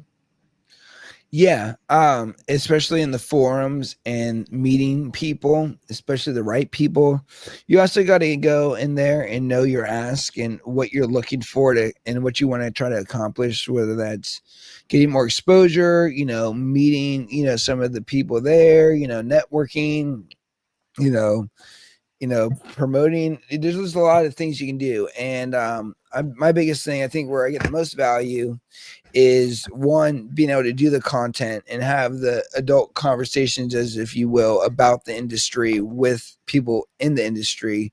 But two, like we saw Equity Row. Equity Row is a prime example of something that needs to be expanded and, really sought after, because Equity Row represented the real culture of cannabis, and as Free My Weed Man said, it's great that people are winning awards and we're doing all this thing for text, but we also, you need to represent and pay homage to those who are still incarcerated. Those are still there going through processes and legal battles with cannabis, and be able to recognize them as well. Because, a big thing about this community is we need to affect all industries. It can't just be the corporate, and it can't just be the home grower, and it can't just be the dispensaries or the cultivations. It has to be on all levels. And when we look at things, especially like equality, equity, economy, and different things like that, there's a whole retaining wall that is put up against a lot of those barriers.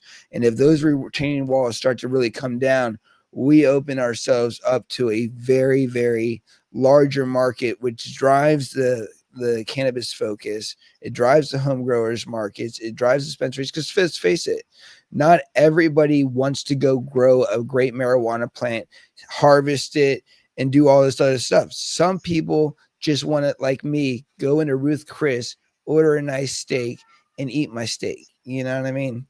I've only been to Ruth Chris once, so don't get it wrong. I usually go to what you call it, like Texas Longhorn or something Texas like Roadhouse. that. Yeah, Roadhouse. That's where I go. I like Texas Roadhouse. So I am a home grower. What about David? No, I was a home grower. What do they call it? The legacy market. I think that's what they call it when you're doing it illegally. So I used to grow at home before I got married, but that's a different situation now. I live in Kansas, where they don't recognize marijuana as having any medicinal uses at all. So it's very no here where I am. I'm trying to. I think I don't know if I mentioned before, but I had to find a little space here to do my video podcast in, because my house is full of boxes. I'm trying to move out of here so I can move to Missouri so I can grow my own weed. Plus, I'm going to have a business there. So, I want to locate close to my business. So I'm not a commercial grower. My business is going to be a dispensary, and the dispensary license in Missouri doesn't allow me to grow. So, and I am a home grower. So, and I teach people how to home grow. Oh yeah, this is from Spark Paws. Me and Honey have matching polos. What? And oh yeah, we have a whole bunch of them. And these are the velvet ones, so they're nice and soft, really, really soft, and they're my favorite. And they fit good, they look good, and me and Honey are always matching. And I have different ones. I get more. So cool. As I'm transitioning to most of my colors being pink and purple, a lot of stuff that I have all has pink and purple in it. Right on. Yeah, those are my two favorite colors too. I love pink and purple. They go so good together. Yeah, and they have a lot of good things. We look at like breast cancer and a lot of different things with pink, and then with purple, we have domestic abuse, we have autism, we have a lot of different factors in that. So when we actually look at the colors and the representation and what they mean in the mental and physical and wellness space, pink and purple actually have a big contribution factor into the representation of what things really stand for. And that's another thing too, is it's all methodical, it's all well thought out to serve a real value, a real purpose. Did you while you were at BizCon, did you meet Rodeo Pinky? there was a female there that was in all pink, and she was wearing a cowboy hat. Oh yes, yeah, I did meet her. Rodeo Pinky, yeah. I connected with her on Instagram. She's trying to do a lot of work for charity, like raise money for cancer. And I think one of her focuses was trying to raise money for children with HIV. Oh, And that's great. That's a no, great I know, cause. right? That's amazing. I was just talking to her the other day, and I was actually thinking of trying to get her on the podcast with us so that Oh she yeah. could talk about that a little bit, because I thought, I don't know that her focus is necessarily cannabis related, but anybody that's trying to raise money for, cancer or, children, to help children, Yep. I'm an advocate of that. Well, So that is awesome, and I love doing charity, raising, and doing things for the community. As a Freemason, we do a lot of stuff, and the Masons are also Shriners, which are part of the Shriners Hospital. So, and that's great for people that are in medical need, because the people at Shriners Hospitals, they don't pay anything to be there. It's all paid through the Masonic lodges and Shriners and other no, things. it's So, not really. yeah, the I did not Shriners, know that. Wow. yeah, That is so yeah, cool. yeah. Well, now I want to be a Freemason. I didn't know they were Well, big into charitable work. That's awesome. yeah. So, if you want to be a Mason, I've talked about this too. All you got to do is go on Google, say Masonic Lodge near me, figure out when their dinner is, go to one of their dinners, have dinner with them, say that you'd want to petition their lodge, grab a petition, start hanging out, getting to know people. You'll get two signatures. You need two signatures from two upright, good standing Masons within the lodge. So, it could be me, it could be so the two people you meet there. It doesn't matter where they live in the world. Then, Oh, once okay. you get your lodge, you'll get voted on. The whites elect, the blacks reject. It has to be a unanimous vote. Once you're voted in, you'll go through your first ceremony and you'll become what's called an entered apprentice. And then you'll go through your degree work and you'll become a fellow craft and then a master mason. And then after you're a master mason in the Blue Lodge, you can go to any appendant body that you want, like the Shriners or the Royal Arch or the Knights Templars or whatever you want. There's more, rituals and legacy and other things like that. And then you go through your path. But that's how you become a Mason. If anybody wants to know, they don't recruit, and it's not bloodline. And if anybody says that they're a 33rd degree Mason, they better be really old or dead, because that is an appointed degree. That is not something that you can just go and do degree work and obtain. That's something that somebody that has devoted their life to masonry and has been recognized. So think of that as like the Nobel Peace Prize for masonry. They don't hand it out very often. So, but yeah, there's no blood in. There's no, if anybody's like, oh yeah, my father was a Mason, so I got all the degrees handed down to me. That's bullshit. Every man has to go. You have to be 18 years old. You have to be a citizen of the United States. You have to be freeborn, which means you came into the earth or the world naturally, which everybody did. And you also can't have any felonies, and you have to be in a good standing. And you're gonna have to get people, because they do like an investigation, so they really know who they're bringing on. That's Um, cool. That's cool.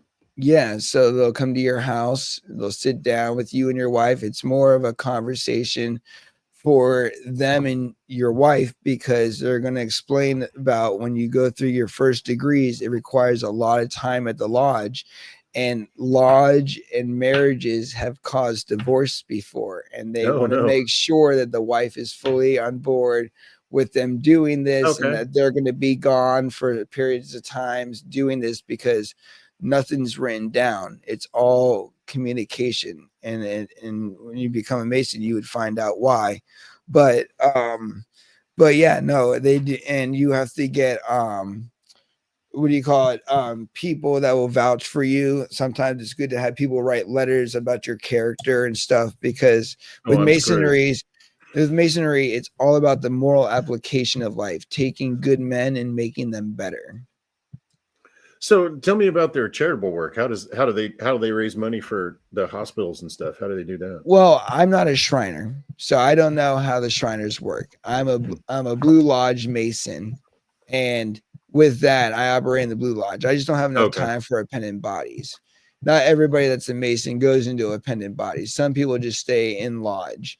With that being said, for instance, how we operate, it's all based on the worshipful master. The worshipful master changes each year, and it's their obligation. But a lot of times what we do is blood drives, we do funeral service, cemetery cleanup, we do parades, we go support other lodges. It could be a food drive, we could be doing toy drives. Nice. And lodge number 4, where I was raised, they do the homeless dinner.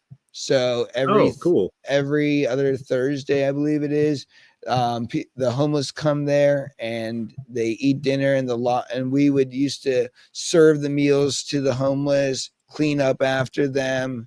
It was all inside the lodge, but those are ways that the lodge would be doing charitable acts, raising money.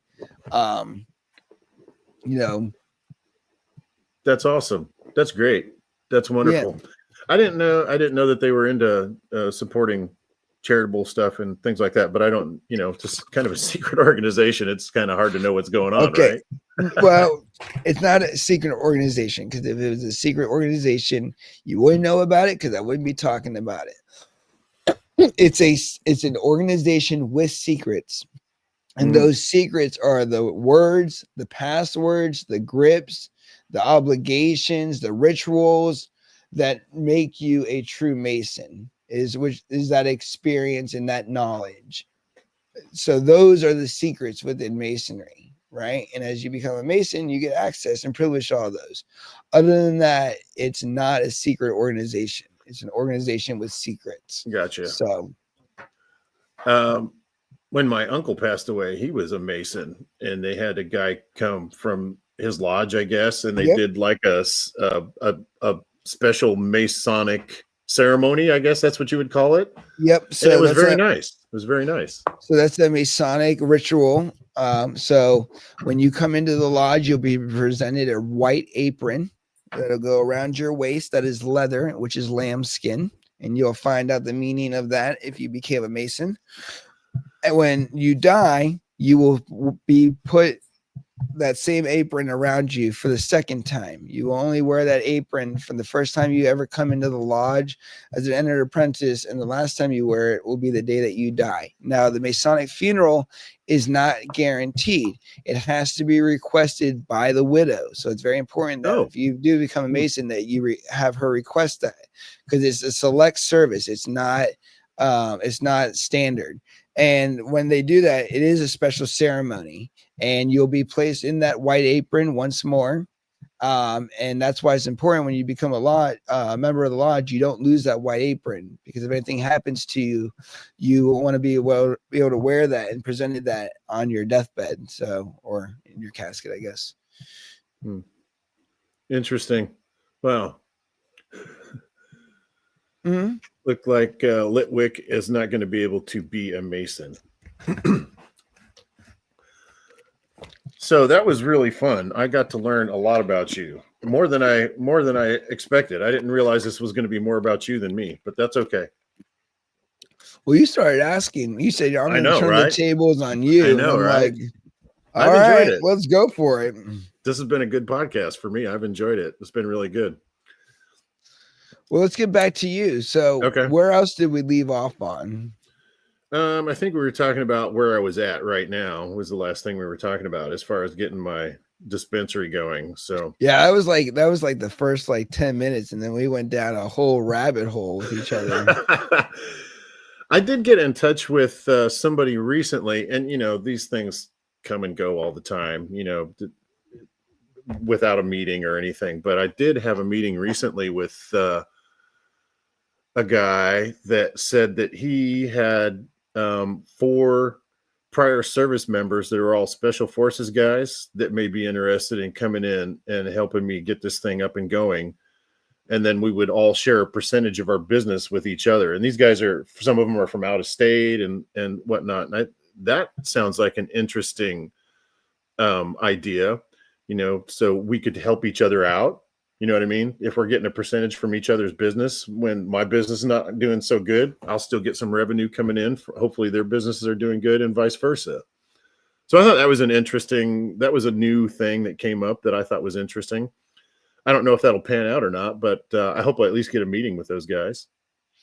My only concern, I would definitely want to have you have your lawyer look at that, is the guarantee of that, because my fear would be, well, what if they're not heavy hitters and they don't make any money, and now I'm obligated to help give them money and they're not able to produce? That would be my only concern with sharing percentages of companies, because usually when that happens, a lot can change, and depending on the percentage and everything, that could prevent you from free moving in your own company, because now they're Oh, yeah. technically owners. Yeah, And that's now, true. Yeah. so I would be very cautious about engagements like that. You don't want to fall into like a pyramid scam or something where it's designed for you to pay out. You know what I mean? So Right. I'd want to see the fine print and have a lawyer and attorney be like, how do I make sure that this is in my best interest? Because this sounds good, but those things that sound good in business sometimes are too good to be true, and that's why they sound so great. Sure. Yeah. Yeah. And Not like to I play said, that devil's was advocate, but I'd hate to see you in a bad position. Now it's me too. contractually obligated for X amount of years or whatever, and now you're in a nightmare situation. Well, I think right now there's several options on the table for me, and I think the option I like now is with the gentleman that just wants to. He seems like he just wants to help. You know, he wants to help me get financing. He wants to help me find a location and stuff like that. And he's not really asking for anything. He's in the cannabis industry, and it feels like he just wants to help me out. But we're very early in talks, so we'll see how that goes. And that's, like I said, that's one of the huge, huge, huge challenges us little guys got out here in Missouri, is the state's not helping us with any grants or a guaranteed finance and guaranteed loans or anything like that. So we're kind of just left out here to our own devices. So when people come to the table and they say they got money, of course my ears perk up. I want to hear all those offers. So it's been a wild ride. There's a lot of people that have come at me with stuff that's horrible. I had one group come at me and say, "Hey, we got some big investors coming in, and they have several licenses for grow facilities, and we want to bring you in the fold." And I was like, "Okay, well, what did that look like?" And they're saying you probably have to give a lot, because these guys want to come in and build out everything for you. And according to the way the Constitution is written, the laws are written in Missouri, the licensee has to be the majority shareholder. So I have to be a 51% owner in the company, and I also have to have more majority voting rights. So I was like, well, I can't give away more than 49% of my company as an equity. So I don't know what more I could do than that. And then they came back to me with another phone call and said, well, look, this is what these guys want to do. They want to pay everything to build out your entire facility. And then they want to give you 10% ownership in your company and a job in your dispensary. I was like, what? I have zero interest in that offer. I can't believe you even came to me with that. No, I'd rather sell my license than do that, Yeah, no, that's a horrible deal. Yeah. 10% of my company and then a job in my own store. I was insulted. Well, I would take a look at Shark Tank and get an idea, because when you look at Shark Tank, they're doing $200,000 for 15% of their company. Yeah. That's a lot of money that could Yeah. easily build out a facility, or at least put a huge dent in overall cost. And you got to look at, okay, well, how does this benefit me? And you see it sometimes, the sharks, they're like, hey, no, I know what this is worth. I can't let you have that much, percentage in my company. I'll take a reduced cut, but I'm only going to give you 5%, because let's say you blow up. They do nothing. They just helped you in the beginning, and then they're bankrolling you to the good time. Their only obligation is in the beginning. Where's their obligation to make sure that sales are met, that the Right. Yeah. promotion, the advertising, the constant marketing, the products, the samples that'll be given away for free, all the other stuff that goes into this? Where's the longevity of their investment towards that? Or is it just to get you started? Because if that's the case, you might as well just start a franchise at McDonald's, and you become the owner and collect 10%, and make the same amount as you trying to work for your own company. Like, that's bullshit. It's kind of like, well, that just shows you right there that Yeah. they don't think much of you. No, exactly. Yeah. Yeah, and that's not even the worst offer I've gotten. I mean, there's a lot of people out there that are trying to take advantage of people in any way they can. It's a cutthroat business out here. I'm learning that the hard way. Well, and I've always said this, and this is the problem with cannabis, and this is why my hat says making weed communities great again. If you look, it's actually spelled wrong on purpose, because the communities are wrong, and so is the spelling of this hat. Okay. And it's the thought that this is a green rush, like a gold rush for people. Everybody's rushing right now in a way to find their mark in cannabis. Most people, I feel, want to do it the honest way. They want to build a brand, they want to build a value, they want to, provide a certain quality to the market, and they want to actually be part of the revolution of, freeing cannabis and being part of the wellness program, if you will. And then you have other people who are like, okay, well, what can I do the least of, attach myself, and then try to bankroll off of other people's ideas and not bring anything to the table and just look and talk pretty. And the problem with that is it comes down to dollars, and when you have an opportunity like this, you just can't mess around. So that's why I would be very, I've thought about it too. I was like, I should just get a management company to help me with Madman Plant, and then just share like a profit. And then I'm like, but then all my hard work goes to somebody else's pocket, when maybe I had to start a little bit smaller in the beginning, but I kept more in the end. And that's something that I would definitely think about for yourself is, figure out what resources and opportunities you have right now and work with that until you need something bigger, until you require it.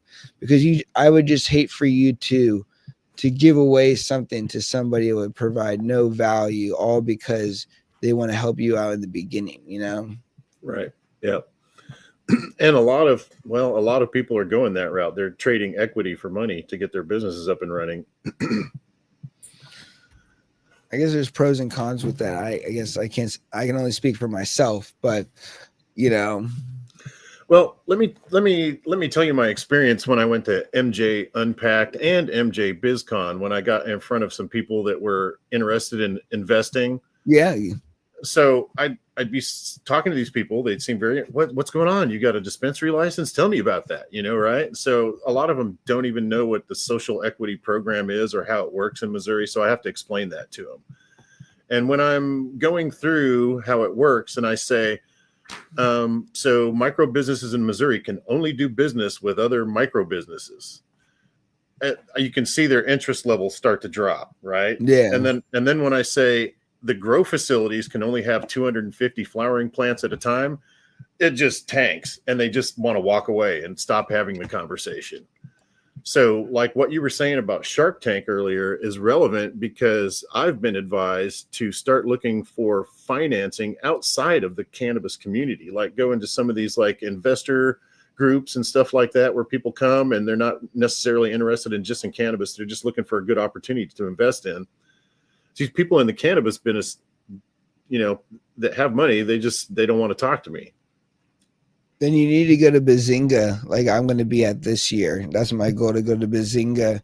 And that's where all the CEOs, CFO, angel investors, all those people go to talk about money, not the B2B, about cash and how to make more of it. So that would be a great place for you to go and find the right people. And that's why those events are good. did you go to any of the forums or anything at the show? I didn't. I missed all the forums. I went to a Yeah. lot of forums at MJ Unpacked, but I didn't go Where, to any of. that's in New York, right? No, that was in Missouri. When was that? I think they do. I think the MJ Unpacked though goes around and does it in different states. This one was November. Okay. November. So it was right. Oh shit, that was right before. Is that ran by the same company as MJ BizCon? No, I don't think so. No. Okay.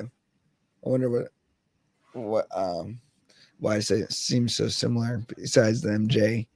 So with that, what's the show like there? What's the main focus? Same thing as BizCon? Yeah, it's just BizCon, but on a much smaller scale. So where do you think you'd be able to find better opportunities? Like, are you thinking like healthcare markets and other wellness places? Like, because I think, a company like Scale for You is probably like a company that does probably like at least like 20 to maybe $40+ million a year in revenue, where they have large investments where, helping fund or be part of things isn't such a burden. Yeah, I don't really know much about that. That would be great, but I haven't. Tell me about this Bazinga thing you were talking about. When and where is that? Okay. So my friend was telling me about it, and she goes, but let me type it up real quick and give you an accurate description. Oh, it's Bazinga. Okay. Cannabis Capital Conference.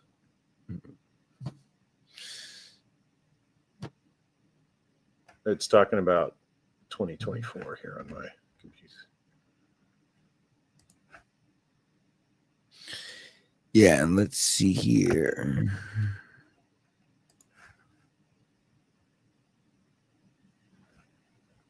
I guess Bazinga is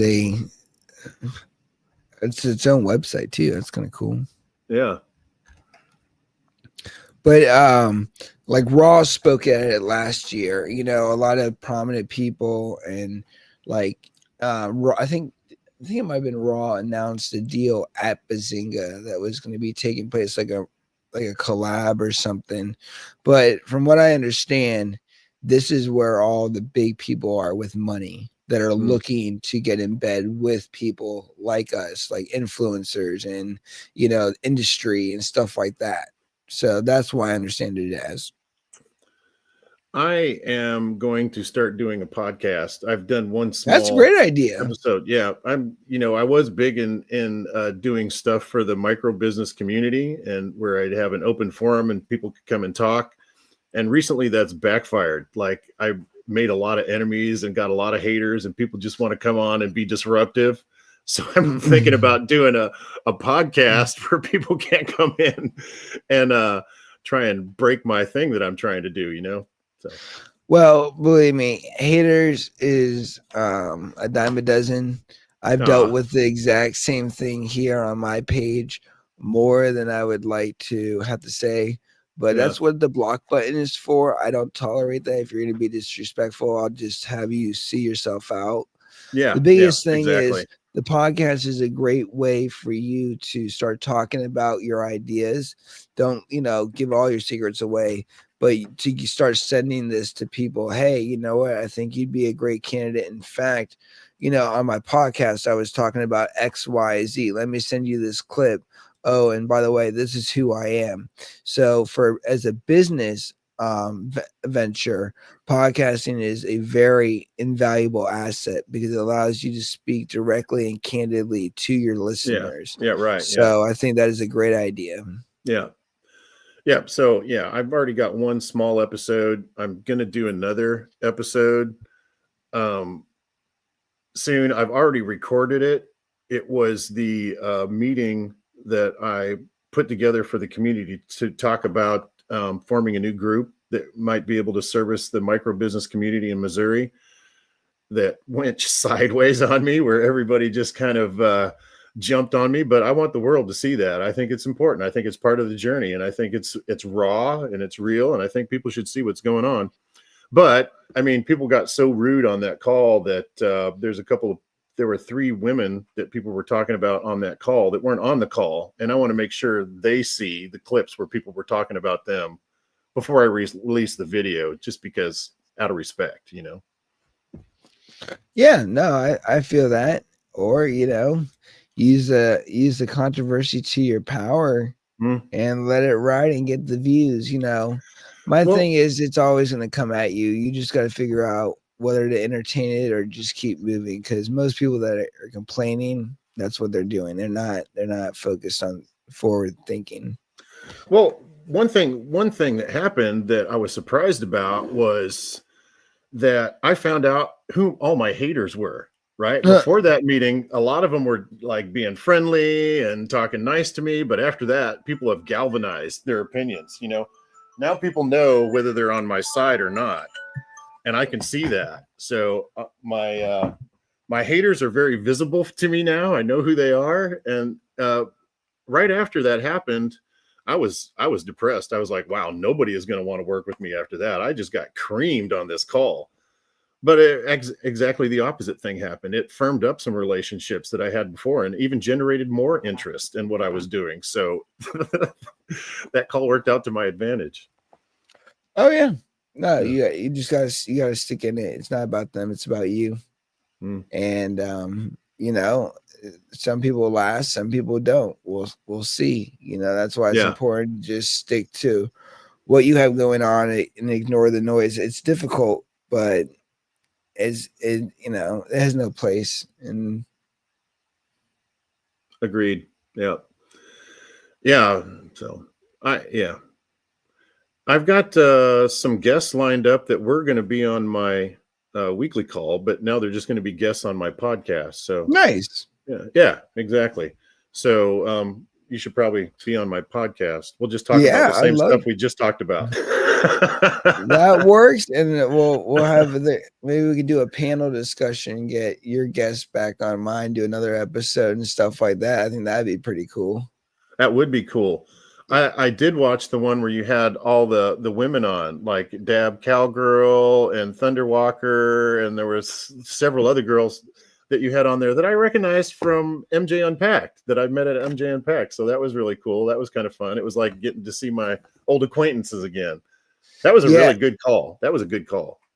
Yeah, no, that was really great. And I'm really focused on, community. And that was the thing in Vegas, is getting connected to the right people. Yeah. All those women are very prestigious. They all have their own businesses. They're doing amazing things. It's all collaborator.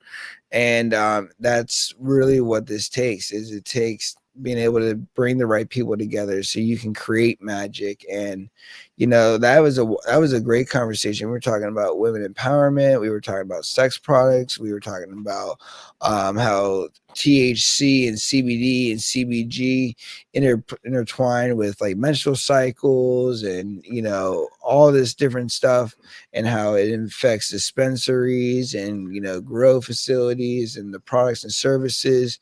So you go down this entire range of different things, that all these little elements that bring us together, and you realize cannabis really checks off a lot of those boxes. Dab, I wish you would have followed up with Dab Cowgirl. She made a comment that using RSO on her tampons and putting it on her nipples was like a life-changing thing for her. And I would like to know why. What was going on before that now that you're using this product makes your life better? Well, Because other women would probably love to hear that. You know what I mean? Well, I have a reel on my Instagram of her saying all that. Okay. You should go on there and say, "Hey, Dab Cowgirl, tell me about blah blah blah," and that'll start an engagement. We can get more women on the forum to see that, because I think that Yes. would be great to help women out and understand yeah. that, because that's a great question, and I Yeah. don't know, but the fact that it does work so great is just wonderful. Yeah, exactly. That is wonderful. And that's the kind of stuff people need to know about. It doesn't, there's still so much stigma around marijuana of it being a drug, and bad people are doing that or whatever. There's still a lot of that going on, but I think when people see the good side, like the medicinal qualities of it and the things that it can do to benefit us in all kinds of different ways, is people really need to hear about those kind of things too. Oh yeah. Yeah, Litwick wants to know about all that. So do I. Well, Madman Plant on Instagram, and you can go down, and she wears a green cowboy hat and has green hair, very identifiable, and she's a great person, and you should definitely just tag her, and we'll all find out together. And this is a great way so we can all engage, and that's what the whole point of the community is for, is to say, wow, that is interesting, tell me more. When I wanted to share this with you because I thought it was probably worth repeating. And I went at MJ Unpacked. I went to a women's, what was it? Women Empowering Women talk. And what's her name? Luna was on there. And she made a really interesting comment. She said that, a lot of times women will get into like management roles or CEO roles and stuff like that in companies, but they're still outnumbered, like it may be one or two women and then the rest are these 5 or 6 or 7 guys, right? So they still get to come to the table and they still get to talk, but they're still outvoted. You know what I mean? So I think giving women a space. When I invited Luna to come on the podcast, I said, she said, what should I talk about? And I said, whatever you want. I'm not gonna put myself out there and say what I think you should talk about, because I want you to be able to speak your mind. I want this to be a safe place for you to talk about whatever's important to you. It would be nice if it's about the cannabis industry, if it's relatable to cannabis. But yeah, I'd love for you to come on and talk about whatever you want. So I've also found out something interesting in the community. When I was trying to start up a new group in the Missouri micro business community, I was wanting this group to be a focus for women and minorities, a very underrepresented group in the Missouri micro business setting, is in my opinion. But after talking to a lot of these minorities, they don't want to get involved. And the reason why is because they already have a lot of problems just being a minority and trying to stand up this business. They don't want to get involved in anything that might cause controversy because they got enough problems to deal with already. So that's something I didn't know before. That was a very valuable lesson that I learned in all this. Well, yeah, and that's what I was talking about earlier about the equity and the equality is you have in areas where some people could care less, and then based on your color, your skin, your orientation, whatever, marijuana usually is the first thing that people, if they're going to pick something at you, are going to throw in your face. Oh, well, you smoke weed. Oh, well, this, and everything. And I think that's the important thing, is we have to realize that there's still people, as much as we have fun with this plant, there's still people who this plant has, it's ruined their life in a way. And it's not the plant's fault. It's this man-made war on drugs fault. And the fact that, minorities and people like that are, I think Freeman Whitman says blacks are 4 to 5 times more likely to wind up with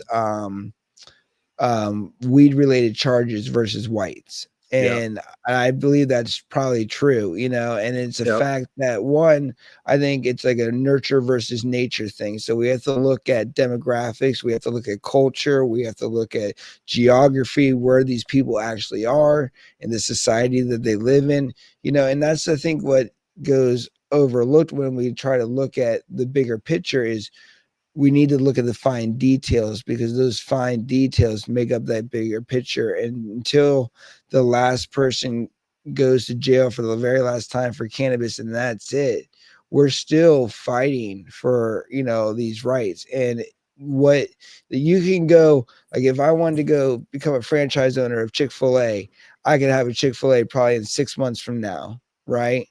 A location, everything set up. I got people coming left and right. if I want to set up like you with a micro license, one, well, I'd have to win the lottery or, have enough money to pay for it. And then if I did have the opportunity, well, now guess what? Good luck on funding. Good luck on this. Good luck on that. You know what I mean? So in a way, I do feel like in a way it's kind of like set up to fail. But then in a way, I feel like maybe, and not to defend its way of style, but maybe it's designed like that to only get it to the right people and to keep it difficult. Like, I've always said the driving test should be physical, not written, because anybody can memorize anything. Some of these For people are sure. idiots on the road. That's so like true. Yeah. 100%. Let's see. I thought Litwick said something, I guess. Oh, he did say earlier, which breeders would you guys recommend, if any? I don't have any breeders to recommend. Well, I would always like to shout out the small guys first. We got my good friend GI Genetics. I'm running his Tropical Trooper. He's a veteran, and that's nice. a spent brass cross with the Maui Wowie, and that's a really good cross. And I'm about to run it myself here coming up. He would I would like to recommend, and then Love It in Her Eyes, her and her husband. They're small breeders, a little bit more prominently known. They're really good. So anything Love It in Her Eyes is pretty good. Super sparkly. Nice. I like when everybody likes something different about weed. I like when it has a good bouquet. When I'm smelling it, I want it to be stinky, back in the day. Yeah, heavy terpene profile. Yeah, for sure. Yeah. Back in the day, if you couldn't smell your weed, you didn't buy that bag because it wasn't any good. You know what I mean? Now things are a little bit different, but. Oh yeah, no terpenes, and that's why it's so important to prevent off gassing and premature release of the terpenes and everything, because from the minute you cut them down, they're constantly being degraded, and that's the life form of the flavor, the profile, the aroma is all in that. So I don't have a lot of experience growing, and when I did, it was just some seeds I got out of some bags, that I got. I've been so low key my whole life about my marijuana usage. You don't talk about that in the military. That can get you in a lot of trouble, Yeah. And then I worked for Sprint, in a very professional environment where they don't tolerate that kind of stuff either. So never talked about it then, So for most of my life, I'd have a dealer, one person I know, and I'd go to them. If I couldn't find them, I didn't have any weed, And then it started becoming illegal, and I'd make an 8-hour drive to Colorado, buy all the smoke I needed, and then come back home and then go in my basement and roll something up and smoke it, So that's dedication. I would have searched far and wide for a dealer.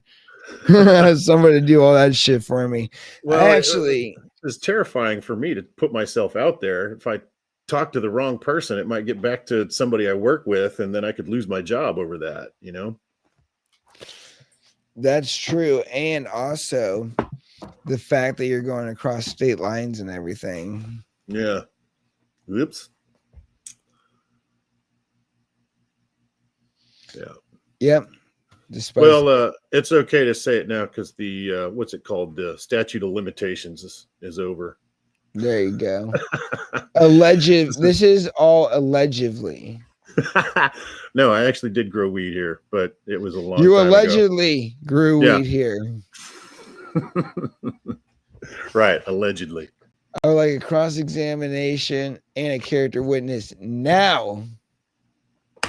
Well, I haven't made anything out of myself yet, Litwick. I'm still trying to get there. We'll see.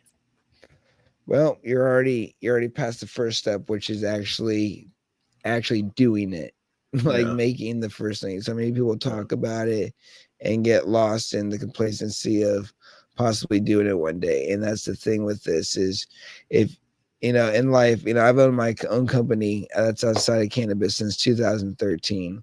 And I work for myself. I don't make any other money except for what I make, through Madman Plant and then through my other production company. And with that being said, you have to have the drive and hustle because there's so many people that don't get to where they want to be because mainly they just don't put in the effort. And the first step is usually just putting the action in motion, whether it's I'm going to grow, I'm going to have my best harvest yet. So you plant the dirt. Who knows if you have the best harvest, but it's the mindset, it's the attitude of saying, you know what, I'm ready to conquer this challenge. I'm ready to own this. And I think you have to put the big boy pants on because you're really kind of fitting for yourself. Yeah.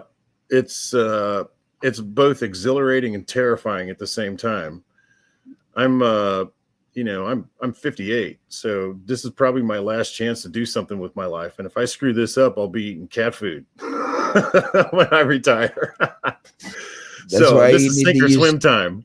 That's why you need to use somebody else's money. Right. That's right. Yeah. Put in your dead aunt's name. So that's why it's like, oh man, I don't know who's going to go to. Allegedly. Respect. Yeah. Did you get I tried to friend you on Facebook. Did you get my request? Let's see here. Very particular on my Facebook because I always like to separate because I've been personally attacked, which we'll have to look at it later. But yeah, I'm doing the same thing on my Facebook now. I've blocked everybody from the micro business community just because I don't want there to be any drama on my Facebook. You know what I mean? It's like for me and for my wife and for my life. I don't want it to be for people to come on there and trash me. Well, that and too, as a creator and as a public figure, there needs to be some separation where you can be yourself. And in certain areas, I feel like, you don't need to show your entire life to your audience. There are some things that, like let's say like you go out to eat. Well, like maybe I posted on my personal page, but that has nothing to do with Madman Plant. Right. But, it has significance to me. So I posted for my friends and family. Right. And, even Josh, when I was talking to Josh Kesselman, Raw, he had a guy break into his apartment because he thought he was in New York through one of the automated videos that posted and waited there while the alarm went off for him for hours and then just randomly left. Josh was thankfully in California at the time and he wasn't in New York. But yeah, so like we were talking about earlier with your dad and schizophrenia and mental health, dude, people can get weird. And I've had several people kind of get very weird with me because I didn't respond to them right away. And it's like you have this thing where it's like, I don't owe you a response. The privilege to be able to connect and converse is a privilege, not a right. And there needs to be some boundary of circumstance, because if not, it's people are weird. And your dad, you would know this more than anything. I still can't believe your dad would say that. I don't know. I'd probably shoot my dad while he was saying that just because I'd be enraged of how you could say this to me. Like, what the fuck? I'm just kidding. Yeah. But it kind of, I mean, that can't help but affect your ego. My dad hates me so much that he wants to kill me. What kind of a shitty person am I? You know what I mean? That kind of makes you question who you are. But then you could question him. Be like, what a coward. Yeah. All you can do is talk about, which I'm glad that he didn't do it. But, there's two ways to look at that. It's like, I know it kind of sounds weird, but. Yeah. Yeah, there are two ways to look at it. There's always two ways to look at just about everything. On one hand, I feel bad for him because I know he's suffering with this mental illness. Yeah. He doesn't really live in the same world that the rest of us do. On the other hand, I don't want to get murdered. Like a dad, I want to help you, but I don't want to wind up on the news underneath your goddamn front porch. Right. You're on your own, Dad. Good luck to you with the rest of your life. I'll come It's visit like your you come funeral. over there with one of those bomb robot dogs, and it's like, here's the Right. groceries. Gotta send the robot in. Yep. That's messed up. Yeah, the little drink on the cooler. Here you go. You put his recliner back for him with the robot. And it's got to have a little screen up there, and on the screen, it's got a picture of my face, right? Yeah. So it's Yeah. Oh, that's yeah. funny. Litwick, my dad's been telling people that for over 30 years that he wants to. Apparently, he's still telling people he wants to kill me. But I think, if he was going to do it, we live in the same town now. He's had opportunities. I think he's just likes to talk a lot, and I think he likes to try and impress other people with his level of shockedness. But on the other hand, you never can be too careful with people like that. You never know when they might actually follow up on something like that. I don't think the word impress really crosses my mind. It's like, hey man, I want to kill my son. And I'd be like, definitely not impressed. Yeah. That's deep. Yeah. What's wrong with you, or what's wrong with your son? You know what I mean? One of you two has a serious problem. Yeah. One of you guys is messed up. Which one? Right. And then it's up to the person experiencing that to make the decision, right? A lot of people side with my dad because they know him better, See, people have been like, yeah, you should kill your son. Like, people have actually said that. Oh no, but they think I'm a terrible person, and that's why my dad wants to kill me. They believe everything that he says, even though he's paranoid schizophrenic, and he doesn't really, the world he lives in is not really based in reality a lot of times. So, I mean, how can you value somebody's input that's like that? For example, like, he'll be watching a movie, and then like an hour later, he thinks that movie happened to him. He's mad. Oh, these people came into my house and tried to kill me, and that just happened in a movie you were watching. That didn't happen in real life. You know what I mean? It's total disconnect from reality. And he's been like this your whole life. As long as I've known him, yeah. And apparently he was like that way before he even joined the military, in fact. He retired extremely dangerous. You know what I mean? Like, right. Red, R-E-D. Yeah. That's too bad, Litwick, that people have to deal with that. They say that, children that are raised in a family with two parents have such a much better chance at being successful in life and being a contributing member of society. And it's just tragic when either there's a parent missing or your parents are just not good. That's just unfortunate. That really limit that. If I'd had a good dad that would just provide some encouragement and guidance in my life, I think I'd be in a much better place right now in my life. Yeah, that's one of the privileges that I am proud to say that I have offered my son Logan, who's about to be 10 this year.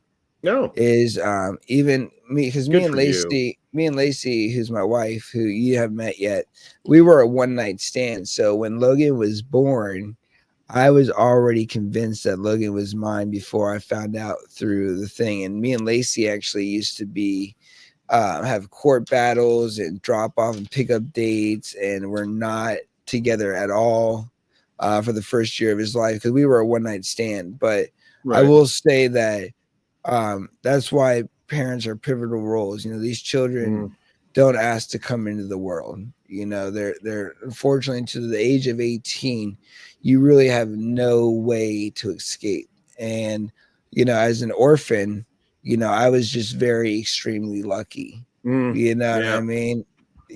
So to grow up in situations like Lil Wick or like yourself, or I'm sure other people listening who have that, it's a great reminder. And that's why people and children especially should really value that opportunity, because I know that when I was younger, all I wanted to do is grow up and get away from my family. And now it is the exact opposite. But you don't learn until you live. And I think also when you start to get older and people start dying and you start to see your friends die, it's like you're all I got left. You know what I mean? And then once you're gone, like that's it. You know what I mean? It's all over again. The generation is gone once again, unless somebody recreates more. You know, that's another conversation you can have, and you and I can have, is time and space, which is like a real mind fuck, because in the beginning you seem like you have tons of time, and then and as you get older, you're just like, every day I'm gonna die sooner and sooner. Yeah. Like fuck. Well, I'm very cognizant of that right now. Remember, I just told you, if I mess this up, I'll be eating cat food in a few years. I hear it has good protein. They got tuna. They got some great flavors. I'm thinking about like going and buying a bunch of cat food and sampling it now, so that I know what I like later. In case that does happen, I'll have a leg up on the game, right? Yeah, maybe you get like a wholesale deal on MREs or like Cheez-Its, you know, like. Right? I'll have a whole podcast dedicated to delicious cat food options. Today, the food bank we're trying expired. That's funny. I did have a case of MREs in the basement that I was had down there for hard times, and they expired. I was trying to eat them all anyway. You should eat one every month, just as a reminder that if this goes wrong, this is what it's going to be like. Right. Yeah. I actually liked MREs when I was in the military. They're even better now than they were when I was in. They got when you open up now, when I was in, they were just, cold food, but now they have a little heater in there that you can actually heat up your meal. Oh, that's tight. Yeah, that is tight. I'm telling you, when you are in the field and you haven't had a good meal and it's been cold and raining and you're in a hole that you dug in the ground, and you've been sitting in this wet, muddy hole for hours or days, man, a cup of hot coffee or a hot meal, it can just bring your spirits up so much. It's a big deal to a soldier to have a hot meal. I can't tell you how many times a food truck showed up and it was old stale food and cold coffee. And man, I don't even want to eat. I'm already cold. I don't want to eat that cold food. That's crazy. Now, when you were a combat veteran, mm-hmm. So what place did you go? Somalia. Okay. Do you see Black Hawk Down? Yep. Okay. I wasn't there for Black Hawk Down, but when that incident happened, the United States mobilized a big force to go over there and support them, and I was part of that. So talk about a little bit about your experience as a soldier. Being a soldier was really good for me. It helped me in a lot of ways. It helped me to learn how to communicate better with people, self-discipline, and motivation. Yeah. And it really, really made me realize that there's a strength inside me that I didn't even know I had, that you just have to dig deep for and pull on in times of need, and it can get you through a lot. Yep. That was something I learned about myself. Being in combat was scary. And there was a couple of times, there was a time at least I did kill someone, and I never felt bad about that. What made me feel bad about things when I was in combat was all the innocent people and the animals that got caught up in that. I saw a kid get his arm shot off one day because a soldier had his weapon leaned up against, it wasn't an American soldier, his weapon leaned up against a vehicle, and the something happened and the weapon fell over and discharged and shot some little kid's arm off. Wow. Yeah, I mean, that's the kind of stuff that gives me nightmares. There was a time I was sitting at a guard post. We were in the middle of the desert. There was you couldn't see any man-made structures except for this dirt path we were on. And a lady came up to the front gate with her daughter that had sustained some kind of an injury on her leg. And her leg was all gangrenous. It was like rotting off, and the smell was terrible. And she looked like she was just close to death, and like septic and everything. Yeah, it was terrible. I mean, there wasn't much we could do for her as emergency medicine in the field, but we did get her evac'd out so that she could go. I don't know if she got it looked to me like that was going to probably have to be an amputation, if it could even save her at all. At that point, there's a lot of toxic buildup in your system that, if there's too much, you can't recover from that. So, and I felt guilty about that for a long time. I felt guilty about that for years. I had to get therapy over that one because I felt guilty of that because I felt like she got injured because we were there, and that was our responsibility, you know. And I just felt bad about that for years until I got therapy and they reminded me that I didn't know that she was injured by anything that we were doing there. I don't really know what Yeah, happened. I was just And I gonna had to say stop that. blaming myself, you know? I was just gonna say that you have no idea. She could have stepped on a rusty nail, and Yeah, that could have been an infection 2 years prior to you coming there, right. and doing whatever you're doing. And that's one of the things like you deal with that I dealt with not in war because I was never in the military, but with the car accident is like that survivor's guilt, knowing that you got to Survivor's leave guilt. Yeah. and that they had to stay. You Yeah. know what I mean? Yeah. Yeah. And knowing that this is the world that they live in. Now, talk a little bit. You said shooting somebody didn't bother you. On my arm, I have a phrase which is very well known, which says, "All is fair in love and war," tattooed on my elbow, because I truly believe that. Um, I see killing in the line of self-defense or for like hunting, justifiable in certain aspects. How come that didn't bother you, and how come her leg bothered you more? Oh, that's a really good question. Um, I'll give you the scenario. What was happening, right? So we were in a vehicle convoy. I was in the last vehicle. The vehicle was a Humvee that had the setup was kind of like a truck in the back, so it was open with a bunch of gear in the back. Mm-hmm.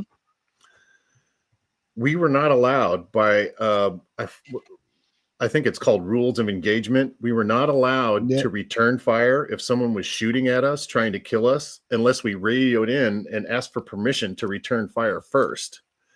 We were allowed to use lethal force if anybody was trying to steal or damage our equipment. So, what? The equipment's more valuable? Right, yeah. So in this Humvee that I was sitting in the back of, I was the rear security, which is a really important job. So everybody's looking at what's going on in front and to the side, and I'm responsible for everything that's happening in back. So Yep. I was on my game. I was scanning left and right because we were driving through some populated areas and some crowds. I scanned left and I scanned right. When I scanned left again, some guy was running up out of the crowd and it was reaching his arm into the back of the Humvee. And I didn't even have time to think about what I needed to do. I just opened fire. I didn't know what the guy was doing. I thought he was maybe dropping a hand grenade in the back there or whatever he was doing. I didn't have time to figure it out. But it turns out that he was probably just trying to steal some gear so that he could feed his family or something. So I never felt bad about that because I did my job. I did what I needed to do. What I did feel bad about was anybody that was dependent on that man to provide for them, if he was a dad or a father or a son that would bring home food or whatever. I felt bad for the survivors. I didn't feel bad for him. He knew at the risks he knew he was doing something stupid that he shouldn't be doing. And he was taking a big risk, You pays your money and you take your chances. Yeah, no, I can definitely see that. And they from watching documentaries and listening to a lot of people talk, they talk about how that training sets in and it becomes almost a muscle memory thing where it's not you're not thinking, you're just reacting because your body's so used to being in that drill or that engagement. It's like it's one of those things where I just feel like I don't know if I would have any emotion over that either. I feel like I'd have more emotion if I actually was like having to fight for my life. Like this guy, like came out with me a machete, and now we're in a hand-to-hand combat, and I have to sit there and stab him and watch, make sure he dies, gruesome, and split his throat or something. Like I can definitely see that. But so tying to that, you're like Somalia, and just to give people a depiction, is like sand buildings, desert, right? Yeah. And let me explain a little bit about how things work in Somalia. The social structure, at least at this time, when I was there, was you got at the very top, there's adult males, then there's I think it was elderly men, and then boys, and then donkeys, and then women, and Oh, then girls. oh wow. And a lot of marriages there were arranged forced marriages, and a lot of those women are beaten and raped all the time in those marriages. It's accepted in their culture. It's it's so terrible. So that kind of gives you an idea of the mentality of the people in the area where I was living or where I Yeah. was working, right? Another thing that we did that I had to stop doing was I would save up all the stuff for my MREs that I didn't eat, right? And I'd put it in my pocket, my cargo pockets. And then when we'd go on a convoy or something and we'd drive by some kids or something, I'd take that food and throw it out and let to the kids. What started happening was these little kids would try and get this food, and then some bigger person with a stick would come over and beat the crap out of those kids and take the food away from them. And then a lot of soldiers thought that was pretty funny that was happening. That's fucked up. Yeah. So they started taking MRE, the bag, and stuffing it full of garbage and then throwing those out the window so that these kids would start fighting over it. Some bigger person with a stick or something would come and beat their ass. And then when they opened it, it was nothing but garbage. There wasn't even any food in it. That's fucked up. Yeah. So they started, that is fucked up. So they started not letting us give any food to the locals. See, it's always somebody that has to ruin it. Yeah. Right. Yeah. That's insane. Yeah. Somebody said, Little Wick said, "Do you ever see anybody freeze up in battle?" No, I never saw that happen. But I wasn't in a lot of combat situations while I was over there. So I was like never in a full-on firefight with anybody. I had a lot of people shoot at me, but by the time I called up and got permission to return fire, they were already gone and it was over, A lot of times these guys would come up and they just pop up out of the bush and fire off a magazine, and they'd go back down again, and they were out of there. That was their mission. They were just there to keep us on our toes or something. So, bunch of cowards trying to become foot soldiers to.